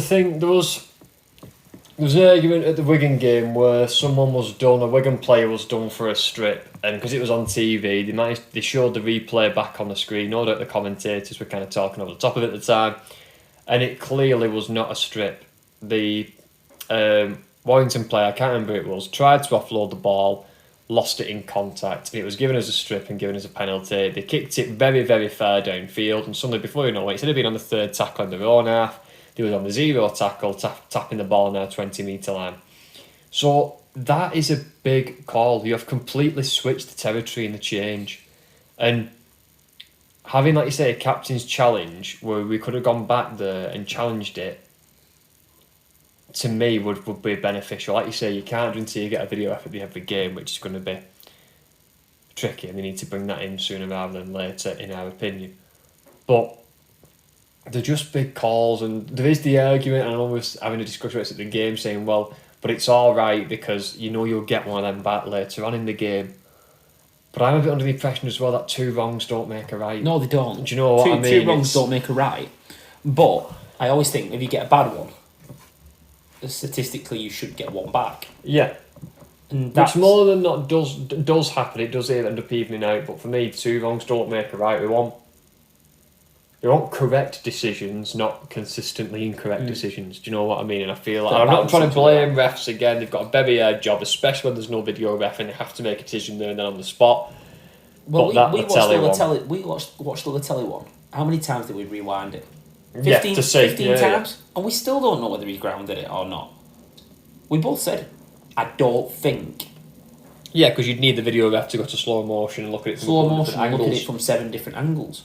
But they've got an air job, the officials. I'm not trying to grate them, but I'm just saying the big calls, you know what I mean? We end up going on to win this game by 2 points. So that try or no try is a big call. And you never know whether Lee could go on and get 40 points if that given us a no Yeah, try. yeah, it's all if, But- whats and maybes, but It's an if, what, or maybe that you want answered correctly. yeah, the big calls, that's the thing, isn't it? The big calls, and the refs need help making I think those big calls. what makes it look worse is the fact that you look at the NRL and they've got every game, and every Yeah. game's got a video ref. And there's still incorrect decisions in NRL and dubious decisions, which they are going to be. There's in every sport, football, towards the end of last season, and the FA Cup final was a big thing about the handball rule, and everyone's saying, you know, well, what counts for to saying it's if the hand is in an unnatural position, or what counts as a natural position. There's all It's opinions. you're trying to get black and white when some things aren't but black by and having white. VAR, But by having video ref, you get less of them. yes, it's about trying to make it. We're not trying to. We're not going to get to a position where we're going to get 100% of the decisions correct all the time. That we know that's impossible. But just we not gonna want happen. to put the stuff in place so we can say, well, we might have got the incorrect decision, but we've done everything we can to try and have a look at it. Yeah. And as long as you're doing everything you can, well, it's damage limitation, isn't it? Yeah. I suppose. Right. We're going to finish up Super League though. We're going to come back and we're going to have a quick section of the NRL, and we're going to fit in some news into that as well. So we'll be back shortly.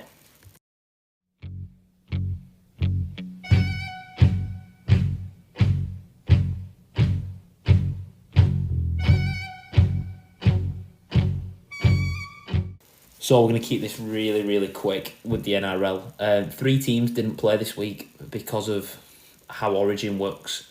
They've basically took it that 2 teams play.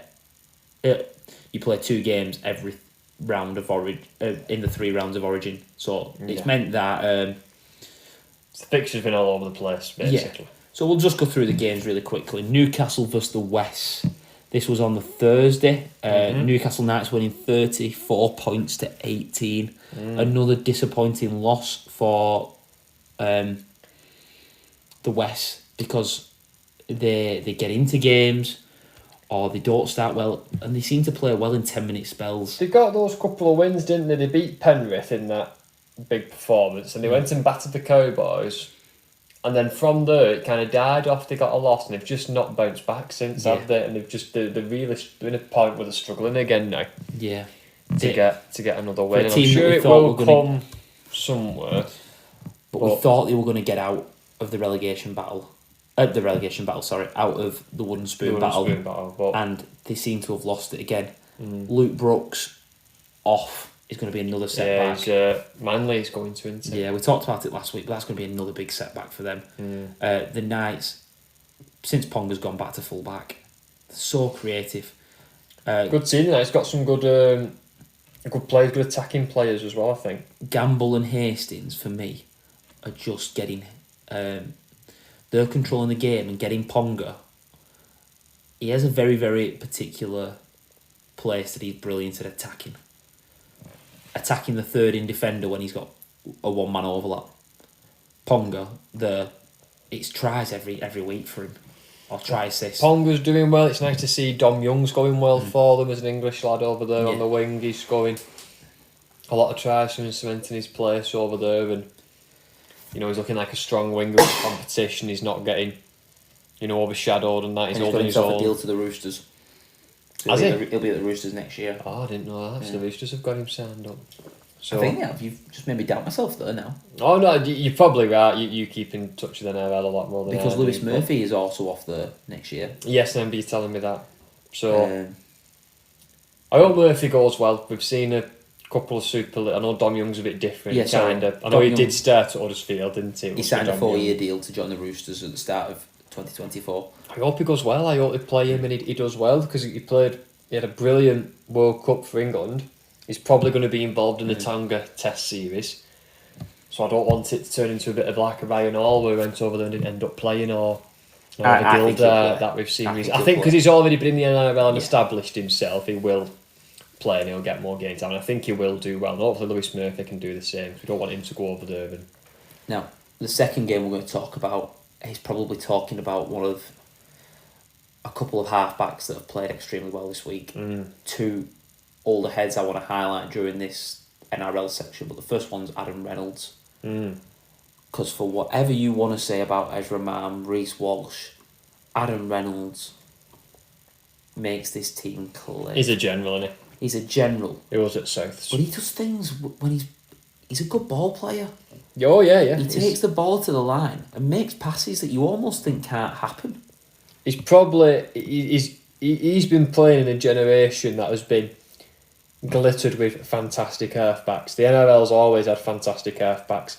But if you think like the Australia team, they've had Jonathan Thurston, they've had Cooper Cronk, they've had Daly Cherry Evans. Cam Munster. So they've got some fantastic halfbacks over there. For him to win a premiership with the Rabbitohs and be in prime position, one, to turn this Broncos side around, be the missing piece, and to be pushing for a premiership this year, which I think the Broncos should be. Yeah. Shows how well he's done. Yeah, he's a fantastic player. Like I said, I think he's been overshadowed because they've had some brilliant halfbacks over in that competition whilst he's been playing. Similar thing to be said about fullbacks over there. They've got amazing fullbacks that might get overshadowed because they've got so many. But Adam Reynolds is definitely... He's always been a good player for when he's been over there. He was fantastic with the Bunnies. He's been fantastic for the Broncos. Now, while I talked about one halfback, I'm going to do something that we don't normally do, and I'm going to skip a couple of games, and I'm going to skip to the Sunday Okay. for the New Zealand Warriors versus the Cronulla Sharks. Sean Johnson. What a player. For a player who came onto the scene and he was flashy and he could do everything, and he was a highlight. He was a bit of like the next Benji Marshall for New Zealand, wasn't he? That kind of skillful. He had the pace, the step, the outrageous dummies. He was a highlights player. Yeah. If you watch the highlights, he was all over it. Yeah. But if you'd watch the rest of the game, the only bits that you'd see him would get into the highlights. Yeah. It was give Sean the ball and watch and see what's happening, and then we'll go around him and we'll come off the back of him. Now, he is dominating every match he plays in, and he's got the ability to be a defender. He seems to have been back. He's back at his best form this season. Maybe, I don't know if it's because he's gone back to... I'm going to disagree with you. He's not back at his best. I think he's playing better At than his- he's yeah, ever at his played. best. Because he's got the step and he's not got the lightning pace that he had when he first came onto the scene. But he's still got pace to beat players. I don't know if it's maybe because he's gone back to New Zealand and maybe he's feeling a bit more at home. His kicking game's unbelievable. He's changed a bit, like you're saying. He's got older, a bit of a similar thing like with Sam Tompkins made a comparison to. He had to change his game. Yeah. He stopped being the heart and gone to a more controlled head who was kind of managing games and still scored tries and still picked the right pass at the right time. But no, I agree with you. He's playing absolutely fantastic. So And he's doing well. every time you see... Against his old club as well, wasn't it? Yeah. I know Matty always talks about him. Dane, what's his name? Zlesny. Well, I'm a bit cheesy, calls him. An unbelievable effort at saying his name. But every try that he scores in the corner, you can just trace it back to Sean Johnston just making space. Pulling the strings and He just makes some... Every try that the Warriors score, it feels like you can look back at where was Sean Johnson, which defender has he got to bite, which defender has he got to jump in on him, because he creates space. Yeah. He is a player that is getting even better with age. And the third one you could talk about is Cody Walker, who had a brilliant game in Origin, which was this week. But we talked about that in the last episode. 3 halfbacks that at ages 30 plus are dominating the comp. Like I said, Reynolds is probably getting on a bit now, isn't he? Well, Reynolds is 32, He's I 30 think. odd, so... I'll check the age of them, but Cody Walker's 33. It's like I've just said, the glitter with fantastic halfbacks. Adam Reynolds is 33. They've Cody got Walker's fantastic the same. players, but especially fullbacks and halfbacks. They just keep on breeding excellence, Australia and New Zealand, in those positions. Sean Johnson is 33 this year. And we say it. Halfbacks don't peak till they're 28, 29, 30 because they'll learn the game. Yeah, more experience. They come onto the scene with an ability to do things that others can't, and they catch your eye. But now, developing into masters of the game. Cherry Evans, a master of the game. Munster at 29. He's now playing better rugby than he's ever played. But let's go back to the Saturday. Manly played the North Queensland Cowboys, a team, Manly, that everyone said, well, brilliant start, they're a top 8 side. And to the Cowboys, who in the first 15 or so rounds, maybe less than that, maybe the first 12, seemed a shell of themselves. What a role reversal. The Cowboys were 19 points to 8. They were brilliant. They're so weird, these two teams, in the fact of you just do not know how they're going to turn up each week. Manly, we've said for the sake of have been since the early season, just really inconsistent, a bit like Leeds in the Super League as a bit of a comparison. The thing for me... North Queensland obviously got blown off the park by West Tigers that week, but since then have just managed to turn it around and they found good form and not stopped. The thing for me about the North Queensland Cowboys is Origin normally affects teams negatively. They've come out of Origin even better. Val Holmes is playing as well as he's ever played since he went into the Origin squad. Tommy Dearden is the 18th man almost every week. Goes into camp, comes out a better player. Reece Robson gets his first Origin call up for the Blues, playing really, really well. Jeremiah Nanai is playing rugby that we've never, to a standard that he's never played before, as good as he can. Ruben Cotter, didn't he win Man of the Series? In Origin for Queensland. I think he won. Possibly, yeah. I will check that now while we're talking, but I think Ruben Cotter won Player of the Series. Scott Drinkwater is probably the inform halfback. He missed the first couple of rounds and he's on obscene numbers. It's unbelievable what they're doing. This is where you want to... Oh, pardon me. This is where you want to spike. This is where you want to get in towards the back end of the season, up to like the playoffs. This is where you want to be playing your best footy. So the North Queensland Cowboys could be spiking just at the right time. There's some strong teams they've got to beat. I know we did last week. I told you, we said we would be in our semi-finals, our top 4 teams. Yeah, sorry. But Ruben Cotter wins the Wally Lewis medal for the Player of the Series. You compare that to a team in Manly that they've lost Tom Travojevic. They don't seem like they can get a win without him. It's such an up and down team. It's weird, that one, because they have got... Don't get me wrong, we know Tommy Turbo's a class act, but they've got other good players that DCE. can win them games. Daly Cherry obviously stands out. Jake Travojevic as one. But Jason Saab, Ruben Garrick. They've got players, other good players, better than good players that can win in games. They should be doing better. They should. There's no excuse for it. They should be doing better. Now, the last game on Saturday was the Roosters versus the Storm. With about 4 minutes left, this game was 30 points to 4 to the Storm. They absolutely butchered them. Now, it did finish 16-30, and that probably covers up for the fact that they were so good. Melbourne. Bellamy will be annoyed. The Roosters, they look a shell of the team that they were 2 years ago. It's really strange, isn't it? On paper, they've got a very good squad. They've been chopping and changing with this halfback, which we keep talking about. We won't kind of go into it so much now. But yeah, they've got such a good squad on paper. There's players on big salaries. But something is just not clicking for them. And it's a strange one. And I was talking about it before. Are we both in agreement we don't think they're going to make the top 8? Well, I've listened to a few people, and the general consensus in the NRL is that they need to win 6 of the last 7 games. And you can't see on their recent form them winning 6 out of 7. They have won 10 games in 17. Sorry, no, they've not, because that includes the bye that they've had. So they might have won 9 games all season. They beat the Knights, they beat the Bulldogs, they beat the Warriors, beat the Dragons, they beat the Eels in a close one, beat the Bunnies, and beat the Warriors again. that form isn't good enough. And in their next set of games, they've got to play Gold Coast, Brisbane, Manly, the Dolphins, the Eels, the Tigers, and the Rabbitohs. The Rabbitohs, the Eels, Dolphins, Manly, and the Titans are fighting for the 8. Brisbane are wanting to win the comp. They probably beat the West. Pick me 5 out of them like next 6 that they're going to beat. And you're confident they're of beating. struggling, aren't they? I don't think they'll beat the Titans. I don't think they'll beat the Broncos. They could beat Manly. They could beat the Dolphins. Para will be too strong, in my opinion. And I can't see him beating the Rabbitohs. It's a weird one as well, because it's a weird one of the Roosters, because you don't know where it's gone wrong. They've not really had... They might have had 1 or 2, but they've not had like mega injuries that's kept them out. This whole who's going to fill in at 6 has been weird, and dropping Walker, trying to move Manu in there. They signed... Brandon Smith. Big Cheese, Brandon Smith. But then he was coming off the bench and everyone was saying, what's going on here? Why is he coming off the bench? Bought in to help fix you. That's it. And it's like, and no one really had a clue what was going on. And it was really... Off the bench. It's been really, really strange.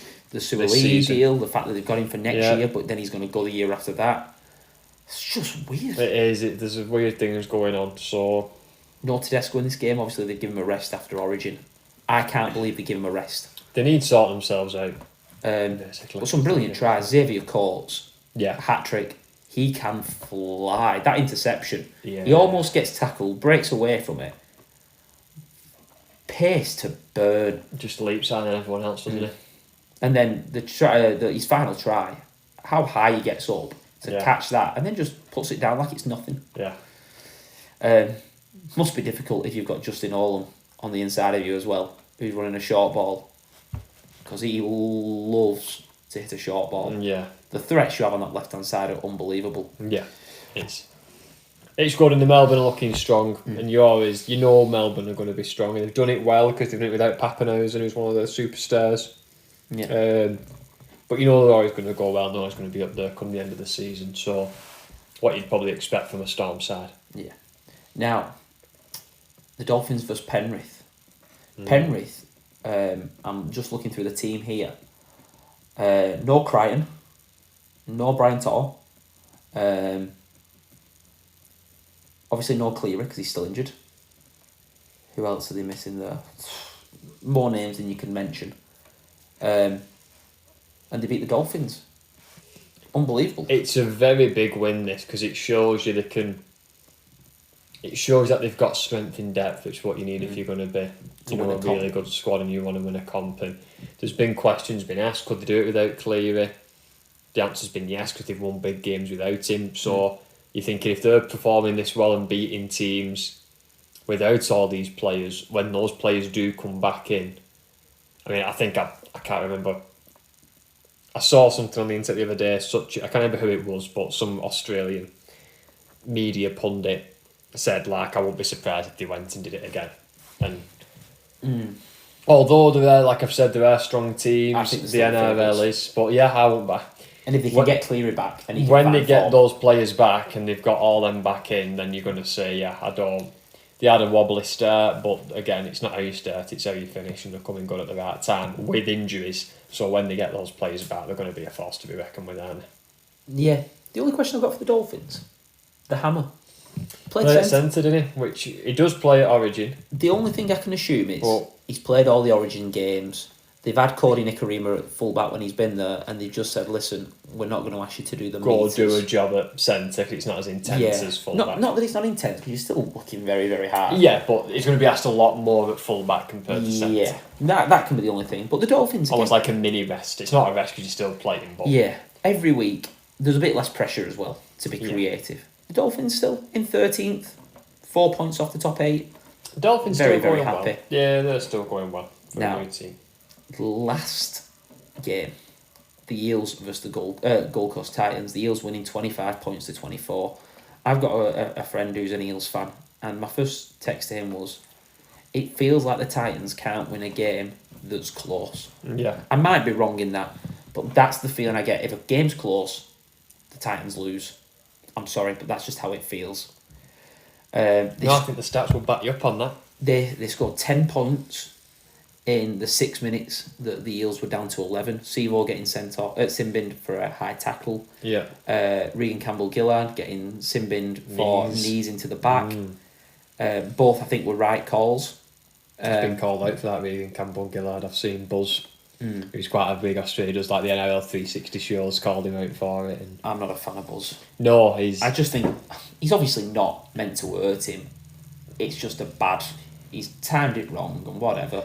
I think he's trying to drop to his knees more than anything. Yeah. But Buzz likes to being a thing. But Mitchell Moses again, clutch with a drop goal. He's good, he's a big money player, and that's why. He only missed one kick, but he kicks a penalty goal just before half time, where Tanner Boyd missed 2 kicks at goal his drop goal, and sliced his drop goal. Mitch Moses, clutch. Yeah, he's a big money player, and that's what you're paying the big money for. He's a brilliant player, isn't he? And that's what you want from your big players, you want to step up in the big moments. Could he keep the number 7 jersey at Origin over Moses, over Cleary, if Cleary's fit next year? As the incumbent? No, Cleary still starts for me. I think he does. But, for me, Cam Murray keeps the 13 shirt over Isaiah Yeo. Isaiah Yeo playing off the bench. Does Cody Walker stay in? Because he, in my opinion, is the best ball player in the comp, as in actually creative ball player. Yeah, Walker and Cleary I could possibly see next year. Be interesting. But who plays full-back if Tedesco doesn't play? Oh, there's so many questions for the Blues. Yeah. But I think Moses could they'll need a reshuffle, won't they? Yeah, I do think Moses... I won't be surprised, he's a good player. But if you're asking me Cleary or Moses, I think Cleary would get it. I think Cleary gets it. I think he's we know what he's like. His kicking game's phenomenal. His goal kicking's phenomenal. Defensively, he's really good and can put a shot on because he's a big half-back. He's strong. So yeah, I'd put him... I think Cleary would probably get it for me. Yeah. But no surprise if Moses thinks he's a fantastic player. I wouldn't turn him down at Wigan. No, I won't turn anything down at Wigan. Now, let's go on to the news. Yeah, some big news coming out for Wigan this week. Do we start with the positives or the negatives? Let's go positive. Positive. Let's start off on the positive. We started on Sunday, I think it was. Jenna Brook actually announced it on Sky, even though there was no official announcement. She said that Wigan had won the race. Wigan announced it on Sunday that they'd signed this player on a 3-year deal, and it was for the signing of Catalan's centre. Can play in the halves, but I think he's a centre. Yeah. I hope he's playing centre. I think he will. I think he's a replacement for King, because we know King's going back to Wire. Again, no official announcement. It's how I would see it. No, but that's that the rumour. To be the general consensus. The idea, yeah, we've heard King's going back, and the fact Wigan's just signed a new centre who you can see going into the first team. They've not signed him to be a reserve or play on the bench, so it would kind of add up to think that's what's going to happen. It's Adam Kieran. It is. I've heard for the last 2 months that Wigan were getting him, and then that they'd signed him, and then that they hadn't. It's glad to get the end of the rumours. Another positive signing. Good 3 player. years, signed up for a long time. Yeah, 3 years is a big one. My only issue, and when I say issue, I mean it's a very, very slight issue, is that he plays on the left-hand side for Catalans. From what I know of him, he's always been a left centre. And at the moment, we've got Jake Wardle on the left centre. I think if he's going to replace King, he'll have to play on the right. I never played centre. I never played centre to a Super League standard, obviously. I didn't play that much rugby myself. I hope we've not signed a left centre to shove him on the right side and say it'll be all right. I'm hoping they've done the research and said this lad can play right centre. I don't know the complexity, the subtleties. Yeah, because for me, Toby King is a right centre. Yeah, he played right centre all his time at Warrington. He played it at Wigan. Jake Wardle has always been a left centre. Yeah. Adam Kieran, from what I can see, has always been a left centre. I'd be interested to find out how much of a difference that makes switching your sides. And obviously it'll make some difference because obviously you're tackling maybe with a different shoulder. Obviously left shoulder's now on the inside of play, kind of Again, more than your he was right a or whatever. utility player. Obviously, if he's right-handed, if he's passing to his winger, he's probably going off the other side. So that comes, but I don't know if that's something, again, we're talking about elite level players here, aren't we? And this is a bloke who's played in the halves as well. Yes, you would expect a centre to be able to pass it 10 metres either end, you know, to go to a winger. He shouldn't be making either big passes there, so you'd think that would be okay. I think maybe it could be something that could be sorted in pre-season between trying to, it might be something he needs to get used to if he is going to just freshen up. But I know what you mean. It's just an interesting point if he's a left centre and he's going to be asked to play on the right hand side. But the other thing with him is he's another goal kicking option. He is. It'd be interesting to see the choice that they make. We've said before that we're okay with Harry Smith goal kicking. Yeah. Be interesting to see what the call is. Yeah, but it's nice to have another option. It's always nice to have options. Well, if Harry Smith is having a bad day and he feels it's nice that he's got the other option, we could say, go on, Kieran, you take over. And someone else can do it who's an accomplished goal kicker. So yeah, it's always nice to have options. Options are nice. I think he's a really good signing. I know Matty, it's obviously a shame he's not here because I know he really rates Adam Keane. He said as soon as he come over and he watched Catalan's play that he really rated him as a centre, so I bet he'll be happy that he's signed for Wigan. And yeah, it's good. It's good because we've had a couple of good, good signs. Obviously, we announced a couple of weeks ago. I was happy with the three that come in of Lehman, Walters, and Chan, and now we've got Kieran coming as well with the extensions of Abbas Miski.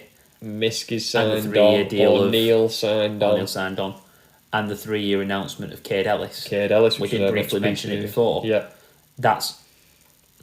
there's a lot of long-term planning there. It's like we said before. Yeah, it's really important. I think that the contract extensions for me are just as important as this. Everyone likes signings because it's something new to be excited about. But especially for Wigan with a very young team, because I think it's something to forget about Wigan. Wigan's team is very, very young.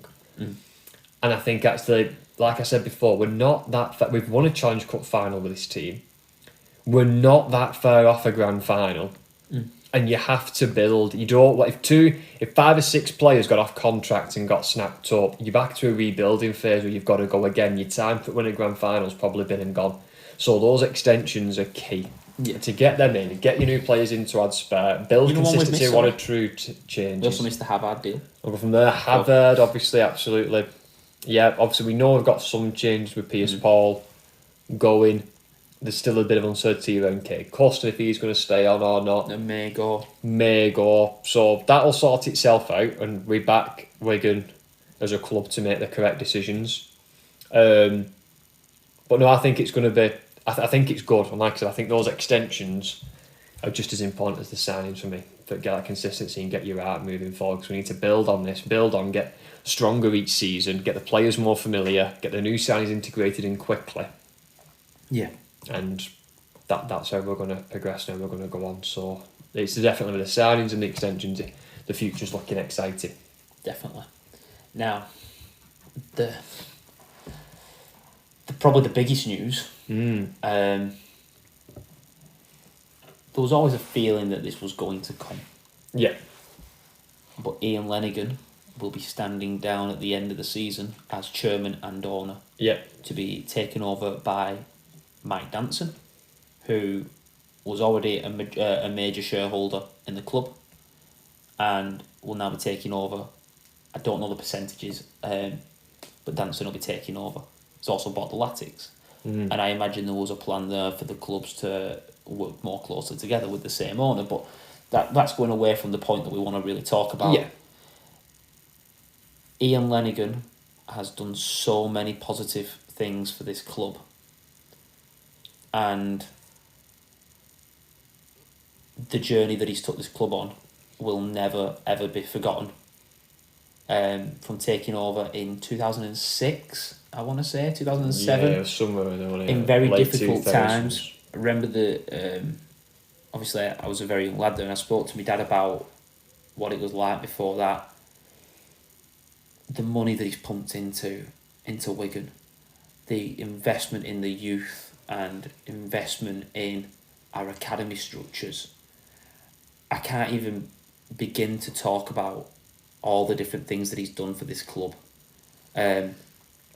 He sets us up for success long term, hasn't he? You only have to look at what he's done in terms of the last 2 years. Buying Robin Park, creating the fan village. That's it. The culture that he's put in. It's an unbelievable... He's always been involved, hasn't he? He's never really took a backseat, like you say. Development. And everything's about development and looking forward. Even though he probably knew he was coming to the end of his time as chairman, he wanted to set the club up in a good position moving forward. Like you say, with Robin Park, the training structure for those players and the facilities that they've got, elite level facilities there. Making obviously the pitch for the academy, the investment he's put into like, you know, creating the women's team and a women's academy team. He's kept us financially stable. He's set up, you know, we've had really good coaches. I'm just reading about it here. So he bought the club from Wigan at the end of 2007, at the start of 2008. He made his first head coach appointment at the end of 2019, naming Michael Maguire. The success that brought, he then announced Sean Wayne. Adrian Lamb navigated Wigan through the COVID years and won a league leaders shield before Matty Peets took over. In his time as chairman and owner of Wigan, they've won 4 grand finals in 2010, 13, 16 and 18, and we were the runners-up in 14, 15 and 20. We've got 3 Challenge Cup wins. We've won 3 league leaders and a World Club Challenge. That is a phenomenal success rate. And still being in the hunt with the Challenge Cup semi. And being in the hunt for the playoffs and the grand final this year. I don't think there would be a better way to... better send-off type. Better send-off. He talked about loving the club. And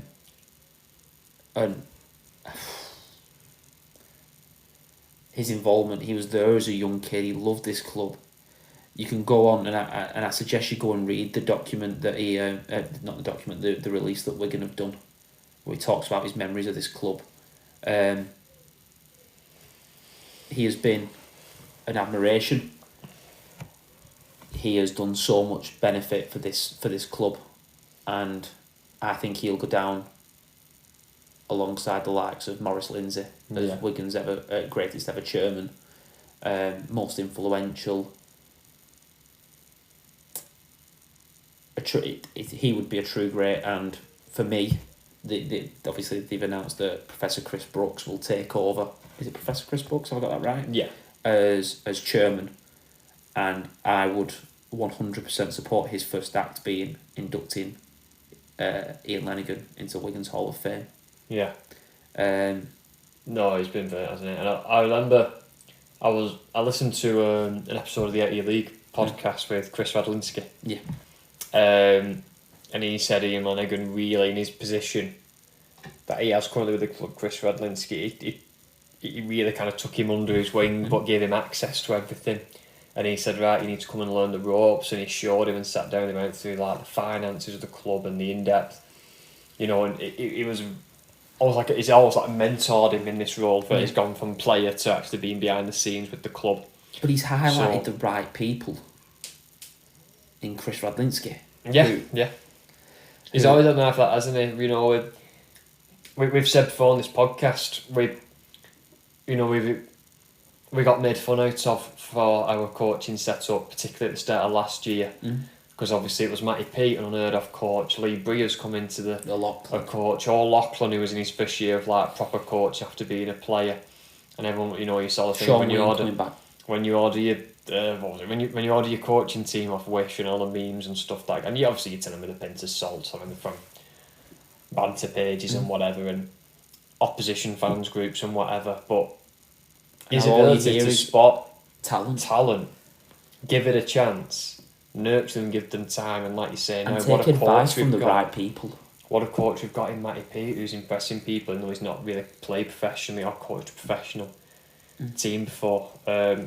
Everyone rating Lee Breers and what he's done, he's actually now got a gig down under in the NRL, like at the Brisbane Broncos, who are killing it this year. So I don't want to go into all the stories. I was at a sportsman dinner with Lee Breers, and he talked about the way that that Ian treated him when he got this offer from Brisbane, a once in a lifetime opportunity, and the club supported him in doing something, coaching for one of the greatest rugby league teams in the world, in the Brisbane Broncos. But you were always welcome back at Wigan. You talk about the culture that's happening at Wigan and opposition fans saying you've got the right men in charge and you're doing the right thing. This is all because of the work that Ian Lenagan's done. He's now spent the last 4 or 5 years nurturing Chris Radlinski to direct the club. He's been brilliant, and like when we've been to that fan village, sometimes you see him walking around and he's shaking hands and he's talking to people, and like you can tell he just. It's why we actually saw Ian. Was it the start of this year or the end of last year in the fan village? I can't remember, but yeah, it was. And spoke to him, and maybe only for 30 seconds because he was with his wife and they were going through and talking to people, and the two things that we said, one, it's brilliant what he's done, and he said everything that works in favour of the club and the town is a positive in terms of opening the fan village up and giving more access to the fans. And then I said thank you to him for everything that he's done at Wigan so far, and this was obviously before they announced that he was leaving, and he just said it's not a problem. He loves it, loves the club, and that will sum this man up, that he loves Wigan rugby. And I think you get that from talking to him and just seeing him and what he's like, and yeah, he's been brilliant for the club, and you know he's earned a bit of a retirement. Yeah, hasn't he, like stepping down, and you know obviously. And I hope he stays involved. I hope he wants to come and watch them. I think he still will. I don't. He's a Wigan fan through and through. Yeah, I think he still will. I think he'll still come to games and he'll have a seat and whatever. You know, I'd like to hope so, because you know he's earned it. He's been with the club for so long and he's done great things. So. Yeah, we wish him all the best in his future endeavours, but it has been, obviously, it's good, and obviously, like you say, he's left the club in a very good position moving forward, so we'll see what the future brings for Wigan Warriors without Ian Lenagan. And wish success to the new chairman and the new owner for this next period of Wigan's history. And it's a little bit nervous, really, isn't it, heading into a new time, because I don't really remember rugby before Ian Lenagan was involved with Wigan. It is, but it's going to be exciting as well. We've got good things coming up now. Like I say, in different parts of the game. We've always had a strong academy. We've got the fan village set up. We've got exciting players coming through. We've got youth prospects coming through. We've got good things happening in the women's game and women's academy team as well, which I've said last week, I think is really good for that side of it. Yeah. So, good things coming. Good things coming, I think. Right. We're going to take a quick break and we'll come back with the predictions, because it's Challenge Cup semi-finals. Yeah, semi-final.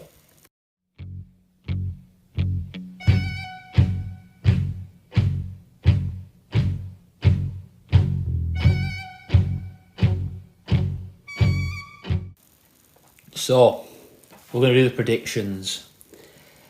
Only 2 games to predict. Yeah, so it should be shorter. We say it should be. It's probably not going to be, because there's a bit to talk about in both of these. 2 interesting games, aren't they? Let's go for the. Should we go for the one that we're not involved in first? Let's do that. Save Wigan until the end. Yeah. On Saturday, 2:30 kickoff.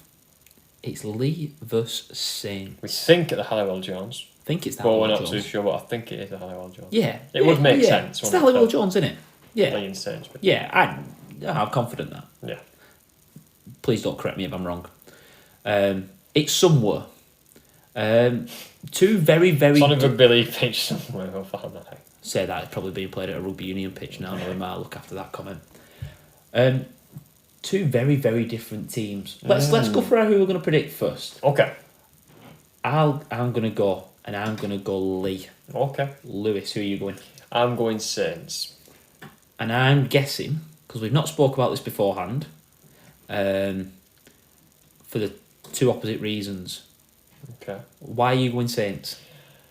Experience in big games. Lee have won league games, and they've been doing that very well. They're playing very well. But I made the point last week. Can they win the big games when there's pressure on you? It's a must win, and I mean must win. Actually, getting knocked out. They're not must win, but there is actually a next week type thing in the league. It's not that. Yeah. This is right. Okay, you win this, you are into a Challenge Cup final in your first season as a top flight team. I don't want to say it's one step too far, because I think actually the players on the field and the team, the squad has the ability to do it. But I feel like as a team collective, they've not had that big game experience yet. They've not been challenged. They're coming up against, obviously, the reigning champions in Saints. They're an effective team. If Saints. Lee were playing Hull KR and Wigan were playing Saints in the semi-final, I might be a bit... Well, I'll tell you now, actually, I would be different. I'd probably be going Lee, actually. Because I think the two similar teams, and Hull KR has not had that big kind of game experience in a while as well. But because it's Saints, they've got big game experience. They know what it takes to win the big games. They've done it the last however many years it's been now that they've been dominant for. Lee is a stepping stone for them. There's the old saying, maybe this might apply to the final. If they do get to another semis, you've got to lose one in order to be able to win one. Do you believe in that? No, not really, actually. But I do, which I know people are going to be laughing at listening to this. I believe in it, but I believe it in finals. Finals rather than semis, yeah. I feel like, you just learn from mistakes, don't you? I don't even think it's the fact of... Because I feel that even though I just said that comment, even though I don't agree with it, it's because it kind of gets passed around, it gets said. And then basically what I was trying to say is you've got to learn from your mistakes, which will happen.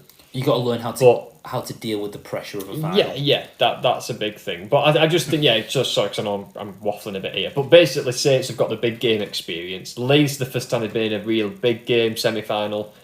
You're 80 minutes away now from Wembley. They were at Tottenham last year. Biggest game they could. In the Thingy Cup, the 1895 Cup. I'm not bothered about Mickey Mouse Cups. I'm really talking the big leagues. The big tournaments. Bold call. Big tournaments here. Now, can I tell you why I'm going against you? Of course you can. I'm going against you because of two factors. Saints' injuries. Okay, fair point. Roby will be missing. Percival will be missing. No Percival. I don't think Ritson's back. I don't think Percival will be back. That to me suggests... Well, Percival can't got his HIV. Sorry, Makinson won't be back. Makinson, sorry. So they're going to be missing at least 4 from what I know. If I'm right in that. Benison will play on one wing. Yep. Hurrell will play one centre. Yep. Hopawati will either play centre or wing, yeah, depending on who they would rather bring in. And I think they will bring in, is it Thingy Davies?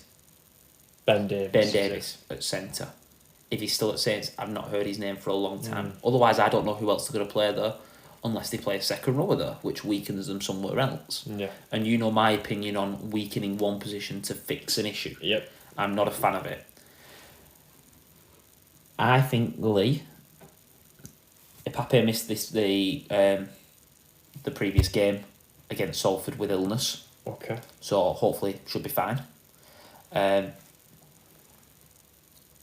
I expect, I'm backing Lee because I think they don't have any fear of anyone. Yeah. And I am aware there is a chance that they could get there and choke. And I expect that to happen at some point. But they're going into this game going, well, if we lose, we've lost to Saints. If they can play with that attitude,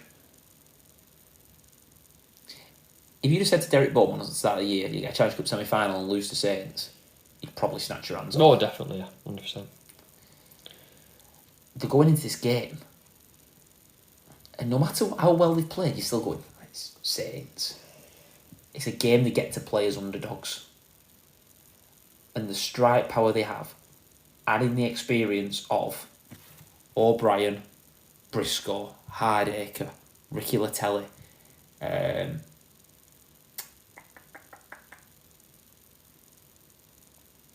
Charnley, into the forwards, Robbie Mulhern, Jack Hughes. Pardon? Is it Amon? Amon. Yeah. Some very, very experienced... Joe Mellor, very, very experienced player. Ben Reynolds has been around there. Ed Chamberlain's been around. I don't think this is a team that's worried about finals. Zach Hardacre's won grand finals. Briscoe's won them. Charnley's won them. Mulhern's been involved in Warrington winning things. Jack Hughes has won things. Oliver Holmes has played in grand finals. Oliver Holmes. No, yeah. Played Castleford. They say Oliver Mulholland's then. No, Oliver Holmes. Oliver Second Holmes. row of Castleford. Yeah, he was really involved in 2017. Was it when they got them? Gareth O'Brien's been at grand finals, or around. That's a very, squads very like good that. point.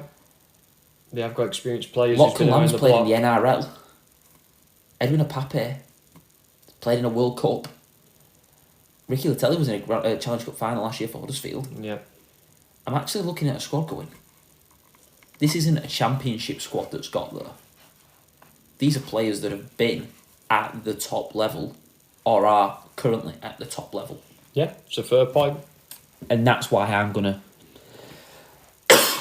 apologies. Go for Lee.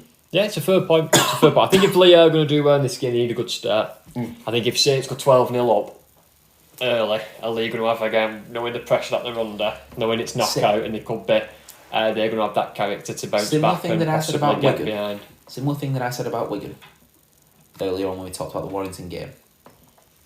If you could offer Lee 0-0 in the 20 minutes, after 20 minutes, I think they'd snatch your hands off. Yeah. Because that means they've got into the wrestle and they've not been dominated. Yeah. If I was Saints, the goal is to blow them off the park in the first 25 minutes. Yeah. With Walmsley, Lees, Knowles, Metaltia. I don't know. Obviously, the 21-man squads aren't out yet. But Bell took go big early. Conrad Hill. Yeah. Try and get over the top of them. If they can weather that storm, Lee will grow in confidence.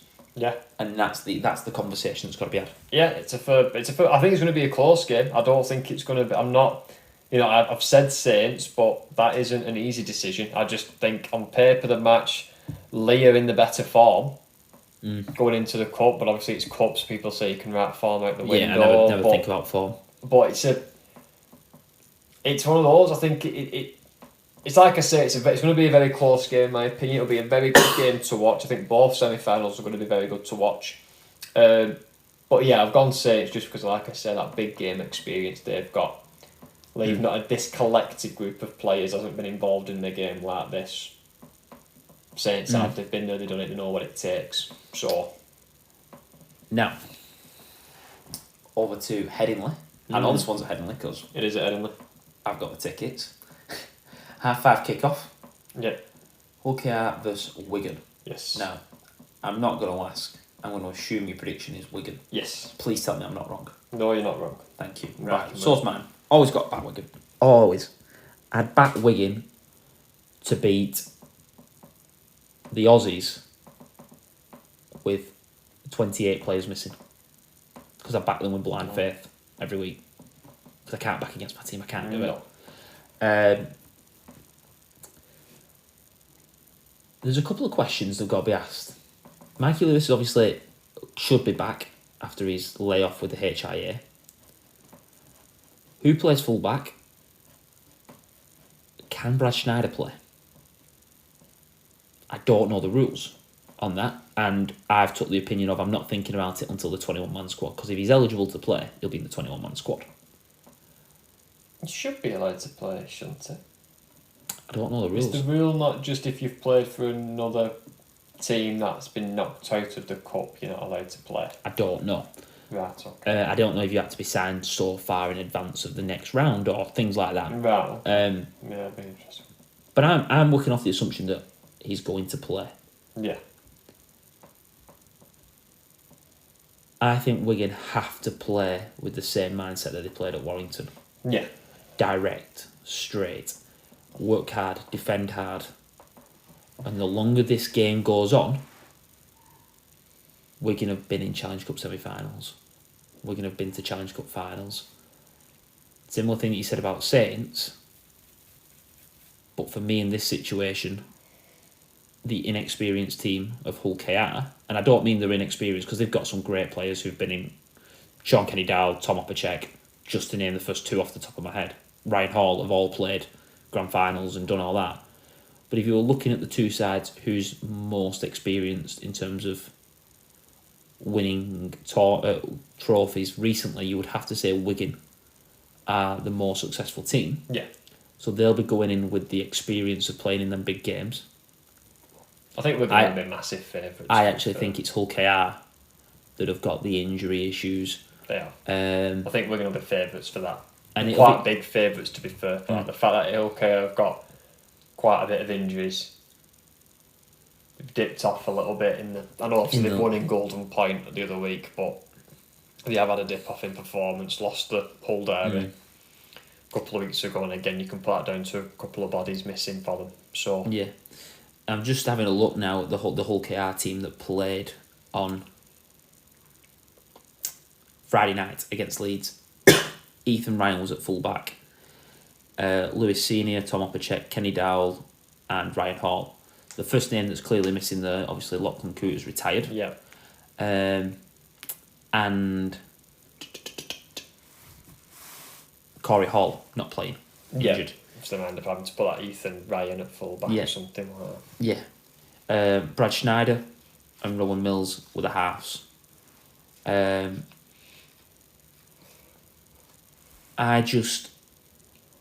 They've got strike power. They've got some real strike power. I think they're missing a couple. And Wigan, probably rightly so, will be favourites. But it's going to be a very tough game. I think for Wigan we need to blow them away early. But like you've just said with Saints there, I think we need some early points on the board and almost frighten them a bit.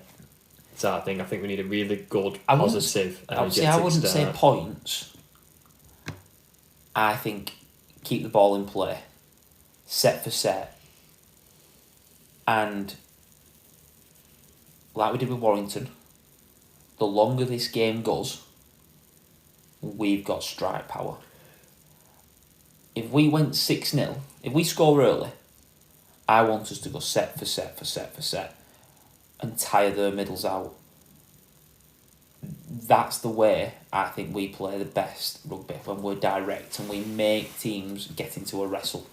I agree. I just think with this depleted Hull KR side, I'm going to go back to what I just said about 12. If we can get 12-0 up inside the first 10 minutes, I think Hull KR might have their heads a bit down, the mentality would drop, they might go a bit flat, thinking, is the task a bit too hard for us? If I got all these injuries, we're missing key players, we're 12-0 down after 10 minutes, and I feel like a quick start from Wigan could possibly shock them a little bit and knock them. I don't want us to overplay. No, it's not about overplay. We have to find that balance at the same time. But if we can get executing, we just said about Wire, it took us about 10 minutes or just short to get into the game. If we can start executing early, we find ourselves in good positions and execute and get some early points. I'm not saying go out and just throw the ball out like a madman and hope to get a try. We need to stick to the processes, what we're doing. But if we can convert chances early and get early points, I feel like get into that wrestle, shock the Hull KR a little bit. I want to start the game with a tussle for territory, and all I want to see is that ball go to Harry Smith on the 5th, pin him in there 10. And say you've got a long day coming out of here. Yeah. Every set we're going to make you come out. Which I'm sure is what they'll do, because they did that against Warrington quarters, didn't they? And if he doesn't put that kick into the corner to pin him, I want to see that spiral come off his butt. Under pressure, what can you do? Yeah. Especially, obviously, the weather for the weekend forecast, and I never look into weather forecast too much, isn't great. But if it's not great, that kick going up is going to be a real threat. Yeah. And the guy that does it for Hull, Jordan Abdul, isn't playing. He's missing. And I don't know what Schneider's kicking is generally like. I've been told it's decent, but he'll be nervous. Yeah, and we know how Smith can get a bomb up there, don't we? Yeah. Well, that wraps up our predictions, doesn't it? Yeah. It's been a good episode. It's going to be an interesting Challenge Cup week. Semi-finals, we're getting to the big stages now. Semi-finals, cup finals, grand finals coming round the corner. So I love the cup. It's going to be good. I love the cup. I think everyone loves the cup, especially when you're in it. Yeah. You've not been knocked out. Yeah. Makes it a bit better. But no, it's going to be good. Even when we're not in it, I always find myself watching the cup games. Well, you should, shouldn't you? Because it's on the BBC. It's easily accessible. The coverage is good. I like BBC coverage of it. I think they do a good job on it. Jonathan Davis winds me up, but that's a Robbie Paul trying to jump out of the way of people. Yeah, when he's running around doing the warm-up, running right through the middle of drills as they're trying to do a warm-up to try and grab a player to show you who he's talking about. But No, it'll be it's going to be a good weekend. The cup is so magic. And I believe it's a double header, isn't it? Yes, the women's play first. Yeah. Against Leeds, which was a strange one because obviously it's meant to be neutral venues, which was when I thought about Wigan and Hull KR,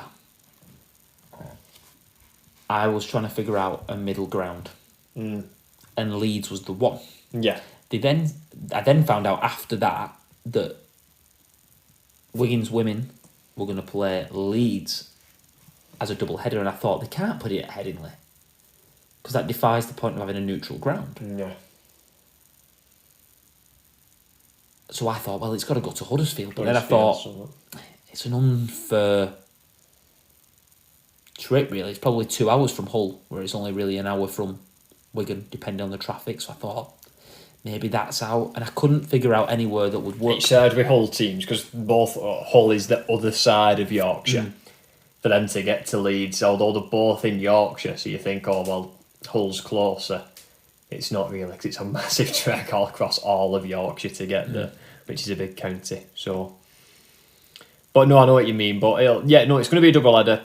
It's going to be good. The atmosphere is going to be electric. It's a cup semi-final. It's big games. It's what you want. Obviously, we play later, so if we do end up getting the win, we'll know who we're going to be playing in the final.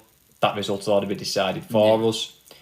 So that'll make it even a bit more juicy. And if we do win on Sunday, we're either going into a derby final with Saints or the Battle of the Borough for a final with Wigan versus Leigh. So Be interesting. if we win, the final is going to be one. It's a cup final, so it's a big game anyway. No. Can we stop talking about that?